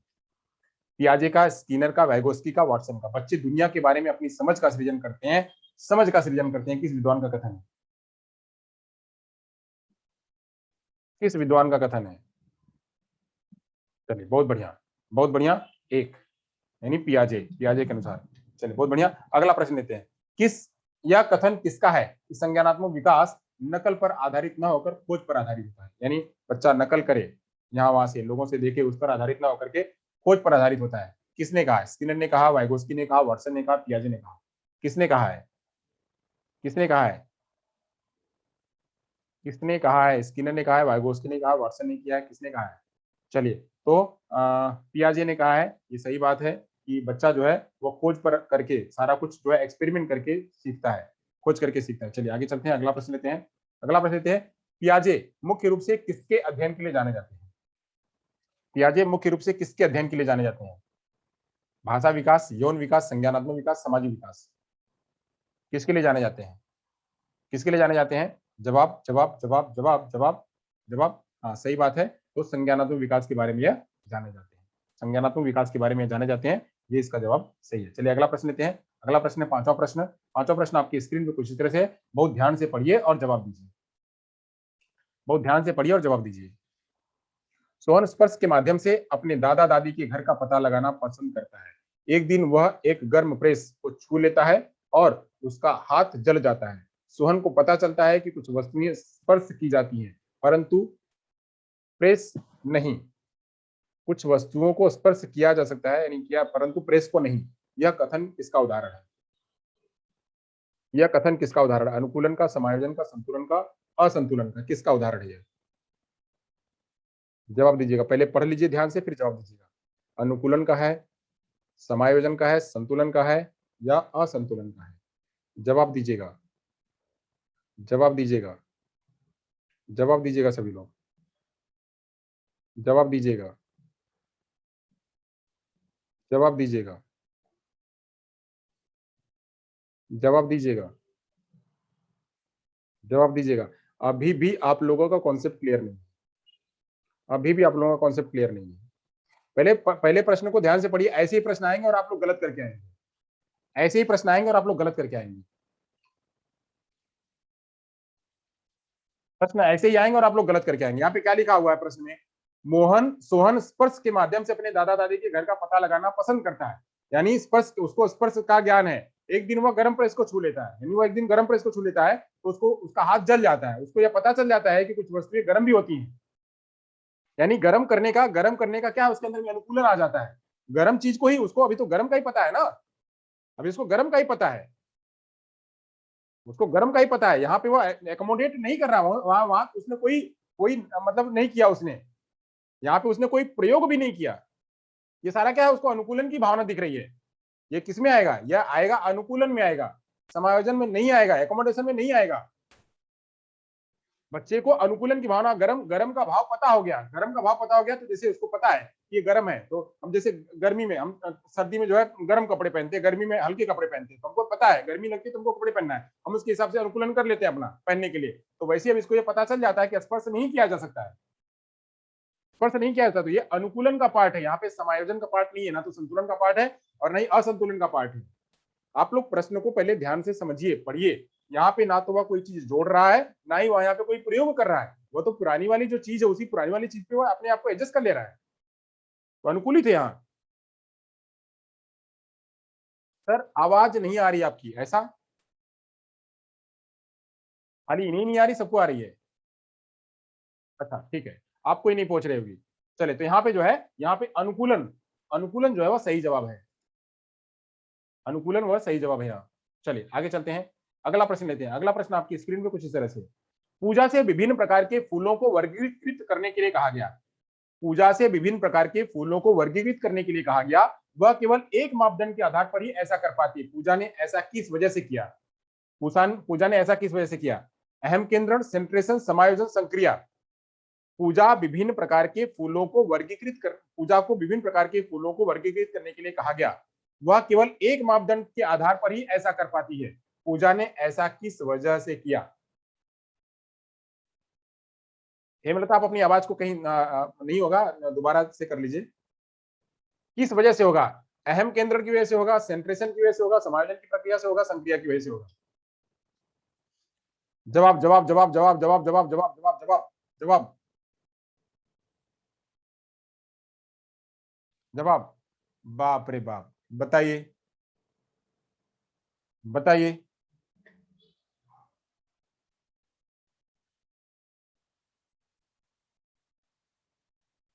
आप लोग अगर ऐसे ही अप्लाइड प्रश्नों का जवाब नहीं दे पाएंगे तो बताइए हमारे प्रश्न, हमारे बताने का क्या मतलब है, हमारे समझाने का क्या मतलब। आप हमारे बताए हुए चीजों को आप अप्लाई नहीं कर पा रहे हो, हमारी बताई हुई चीजों को अप्लाई नहीं कर पा रहे हो। भाई दो भी नहीं होगा, दो भी नहीं होगा, जवाब दो भी नहीं होगा।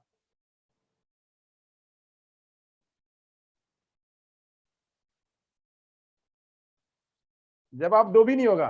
देखिए तुरंत बदल गया, तुरंत बदल गया जवाब। जवाब यहाँ पे दो ही है, सेंट्रेशन। मैंने यहाँ बताया हुआ था सेंट्रेशन का मतलब, जवाब दो है, सेंट्रेशन। सेंट्रेशन की भावना है। सेंट्रेशन मैंने क्या बताया था आपको, सेंट्रेशन में, सेंट्रेशन में क्या बताया हुआ था कि बच्चा जो है, बच्चे का बिल्कुल फोकस है, बिल्कुल फोकस है उसी पर, कि इतना ही बातें हैं। बच्चे ने इसी को देखा हुआ है, इसके अलग वो नहीं जा पा रहा है। बच्चे को इतना ही पता है, बच्चा इसके अलग नहीं जा पा रहा है। इसके अलग जब नहीं जा पा रहा है, इसका मतलब क्या, उसका केंद्र है बस यहीं पे, यहाँ पे उसका इसका ध्यान नहीं जा रहा है, उसका रिवर्स नहीं हो पा रहा है। तो जब यहाँ नहीं जा रहा है, इसका मतलब सेंट्रेशन है।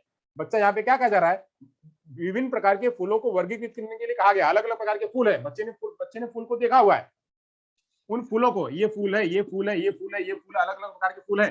अब इन फूलों को कहा गया कि अलग अलग लाकर के वर्गीकृत रखो, इसको इसमें रखो, इसके इसमें रखो, इसमें रखो। ये सारे फूल को वो एक ही जगह रख देती, सभी फूल। क्यों? क्योंकि इसने सारे फूलों को एक ही रूप में देखा हुआ है। सारे फूलों को वो एक ही रूप में देखा हुआ, अलग अलग नहीं कर पा रही है। क्यों नहीं कर पा रही? कि उसने फूलों को ही देखा हुआ है, उसने फूलों के रंगों को भी नहीं देखा हुआ है, फूलों को अलग अलग वर्गीकृत करने के लिए नहीं देखा हुआ है। इसको यहाँ रख सकते हैं, उसको वहां रख सकते हैं, उसको वहां रख सकते हैं, उसको पता नहीं है। जैसे कैसे? जैसे ये वाला, ये बीकर में पानी यहाँ था, इसमें भी पानी ऐसे ही था।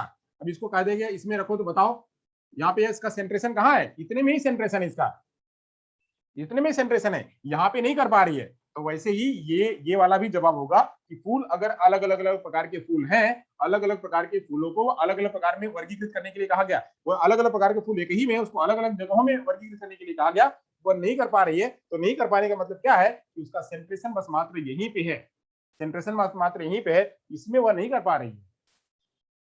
तो जवाब क्या होगा? जवाब होगा दो, सेंट्रेशन। अहम केंद्र की भावना क्या है? अहम केंद्र तो मैंने बताया था कि क्या बच्चा क्या है, वो अपना ही समझता है। यहाँ पे मैंने कहा कि वो जो कुछ कहेगा वो वही है। मैंने अहम केंद्र में क्या कहा हुआ था, इगोसेंट्रिज्म में, इगोसेंट्रिज्म में कहा गया था, मैंने ये बताया हुआ था कि बच्चा जो है, वह जो सोचता है, वह जो सोचता है वही सोचता है, सारे लोग वही सोचते हैं। यानी जो उसके अंदर में भावना है, वो सोचता यही है। जैसे ये वस्तु मेरी है, तो ये वस्तु मेरी ही है, वो इस भाव को मैंने इगोसेंट्रिज्म बताया हुआ था। ये वस्तु मेरी है, अब चाहे दूसरा कोई कहे कि मेरी नहीं है, नहीं है, उसको भी ये पता होगा कि मेरी है। ये भाव को इगोसेंट्रिज्म कहा गया था, इगोसेंट्रिज्म। तो प्रश्नों को बहुत ध्यान से पढ़िए, समझिए, तब जवाब दीजिए। तो ऐसे अप्लाइड प्रश्न आएंगे, अप्लाइड प्रश्नों पर अगर आप जवाब नहीं देंगे तो आपके प्रश्न कट जाएंगे, और हमारा यहाँ बताने का मतलब नहीं रहेगा, इतना समझाने का मतलब नहीं रहेगा। तो उसको अप्लाई करना आप लोग सीखिए। इसीलिए मैंने इस प्रकार का आज प्रश्न लिया कि देखते हैं क्या आप लोग हमारे पढ़ाए हुए प्रश्नों का जवाब सही ढंग से दे पा रहे हैं। तो कुछ लोगों ने दिया। तो ऐसे अप्लाई करने के लिए प्रश्नों का आएगा, तो आप हमें प्लीज ध्यान दिया करिएगा। चलिए, फिर भी आप लोग कोशिश कर रहे हो, इतना कम नहीं है। ऐसे मैं प्रश्न लेके आऊंगा तो आपके कंफ्यूजन जो है प्रश्नों के आधार पर दूर हो जाएंगे। इसलिए मैं प्रश्न लेके आता हूं, ताकि आप मैं ये देख पाऊं कि आप सीधे सीधे जवाब दे पाते हो या उल्टे भी जवाब आप दे पाते हो।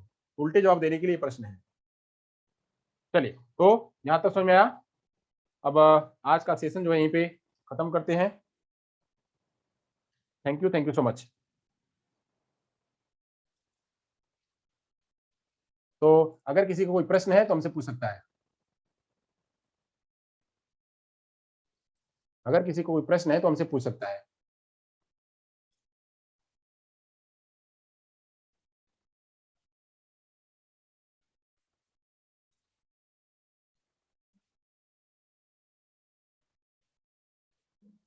अपनी माइक ऑन करिए और पूछिए। माइक ऑन करिए और पूछिए।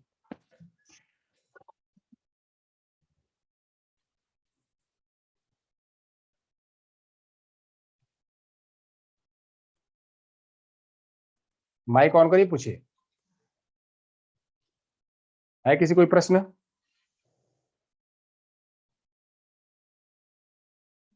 श्रीनिदान, जगदीश, दिनेश,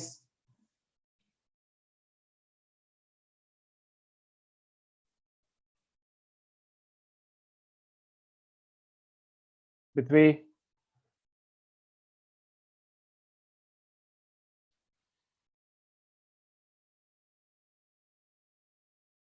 हेलो सर। हाँ सर जो पूरी सकारात्मक अवस्था है, हाँ, इसकी मतलब ये क्वेश्चन आज इसकी त्रुटियां त्रुटियां कौन कौन सी हो सकती है? क्या? त्रुटियां त्रुटियां कौन सी त्रुटियां? जो ये अवस्था है इसमें, हम्म। अगर कोई क्वेश्चन आ जाए कि प्री संक्रियात्मक अवस्था की त्रुटियां बताइए, कौन सी त्रुटियां नहीं है, कौन सी त्रुटियां होती है सर? अब त्रुटियां में आप देखिए, इसमें क्या है, त्रुटियों में कह सकते हैं, त्रुटियां तो ऐसे होल आएगा, एक एक किसी को लेकर के नहीं आएगा कि अब इसमें क्या है क्या नहीं है। तो अवस्था में जो जो इस अवस्था में है वो अवस्था में नहीं है, तो इसकी हो सकती है त्रुटियां। त्रुटियों में क्या कि बच्चा जो है यहाँ पे लैक ऑफ कंसंट्रेशन नहीं है, ये इसकी क्या है, ये इसकी त्रुटियां है। और यहाँ पे बच्चा क्या है, वह पहले स्टोर कर पा रहा था, यानी संवेदी गामक को लेकर के आ पा रहा था, और यहाँ पे वह संवेदी गामक को लेकर के वह थोड़ा और आगे बढ़ जा रहा है। ये त्रुटियां इस प्रकार के अलग अलग प्रकार से आप त्रुटियां बना सकते हैं। ऐसे त्रुटियों को लेकर के कोई प्रश्न नहीं आता है, पूरे होल को लेकर के आएगा त्रुटियां, एक एक स्टेज को लेकर के त्रुटियां नहीं आएगा पूछने के लिए। ठीक है। एक ओके सर। एक स्टेज, दूसरा स्टेज, तीसरा स्टेज, चौथा स्टेज, इन सारे स्टेज में जो है वह अलग अलग रूपों में बता सकता है। बट उसके और उसका पूरा का पूरा, तो आप पियाजे की बात करो तो पूरे पियाजे की त्रुटियां क्या है वो पूछ करके वो बता सकता है कि पियाजे में त्रुटियां क्या है। यस स्टेज सर, को यस लेकर के सर। त्रुटियां कोई नहीं पूछेगा, थैंक यू स्टेज में तो सर। बस वही कैरेक्टरिस्टिक्स ही पूछेगा। Thank you sir, thank you.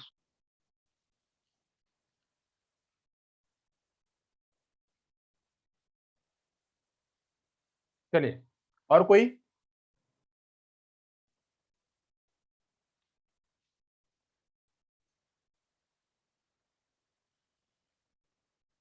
चलिए, तो फिर मिलते हैं शाम को अगले लेक्चर में। तब तक के लिए जहां रहिए, स्वस्थ रहिए, सुरक्षित रहिए।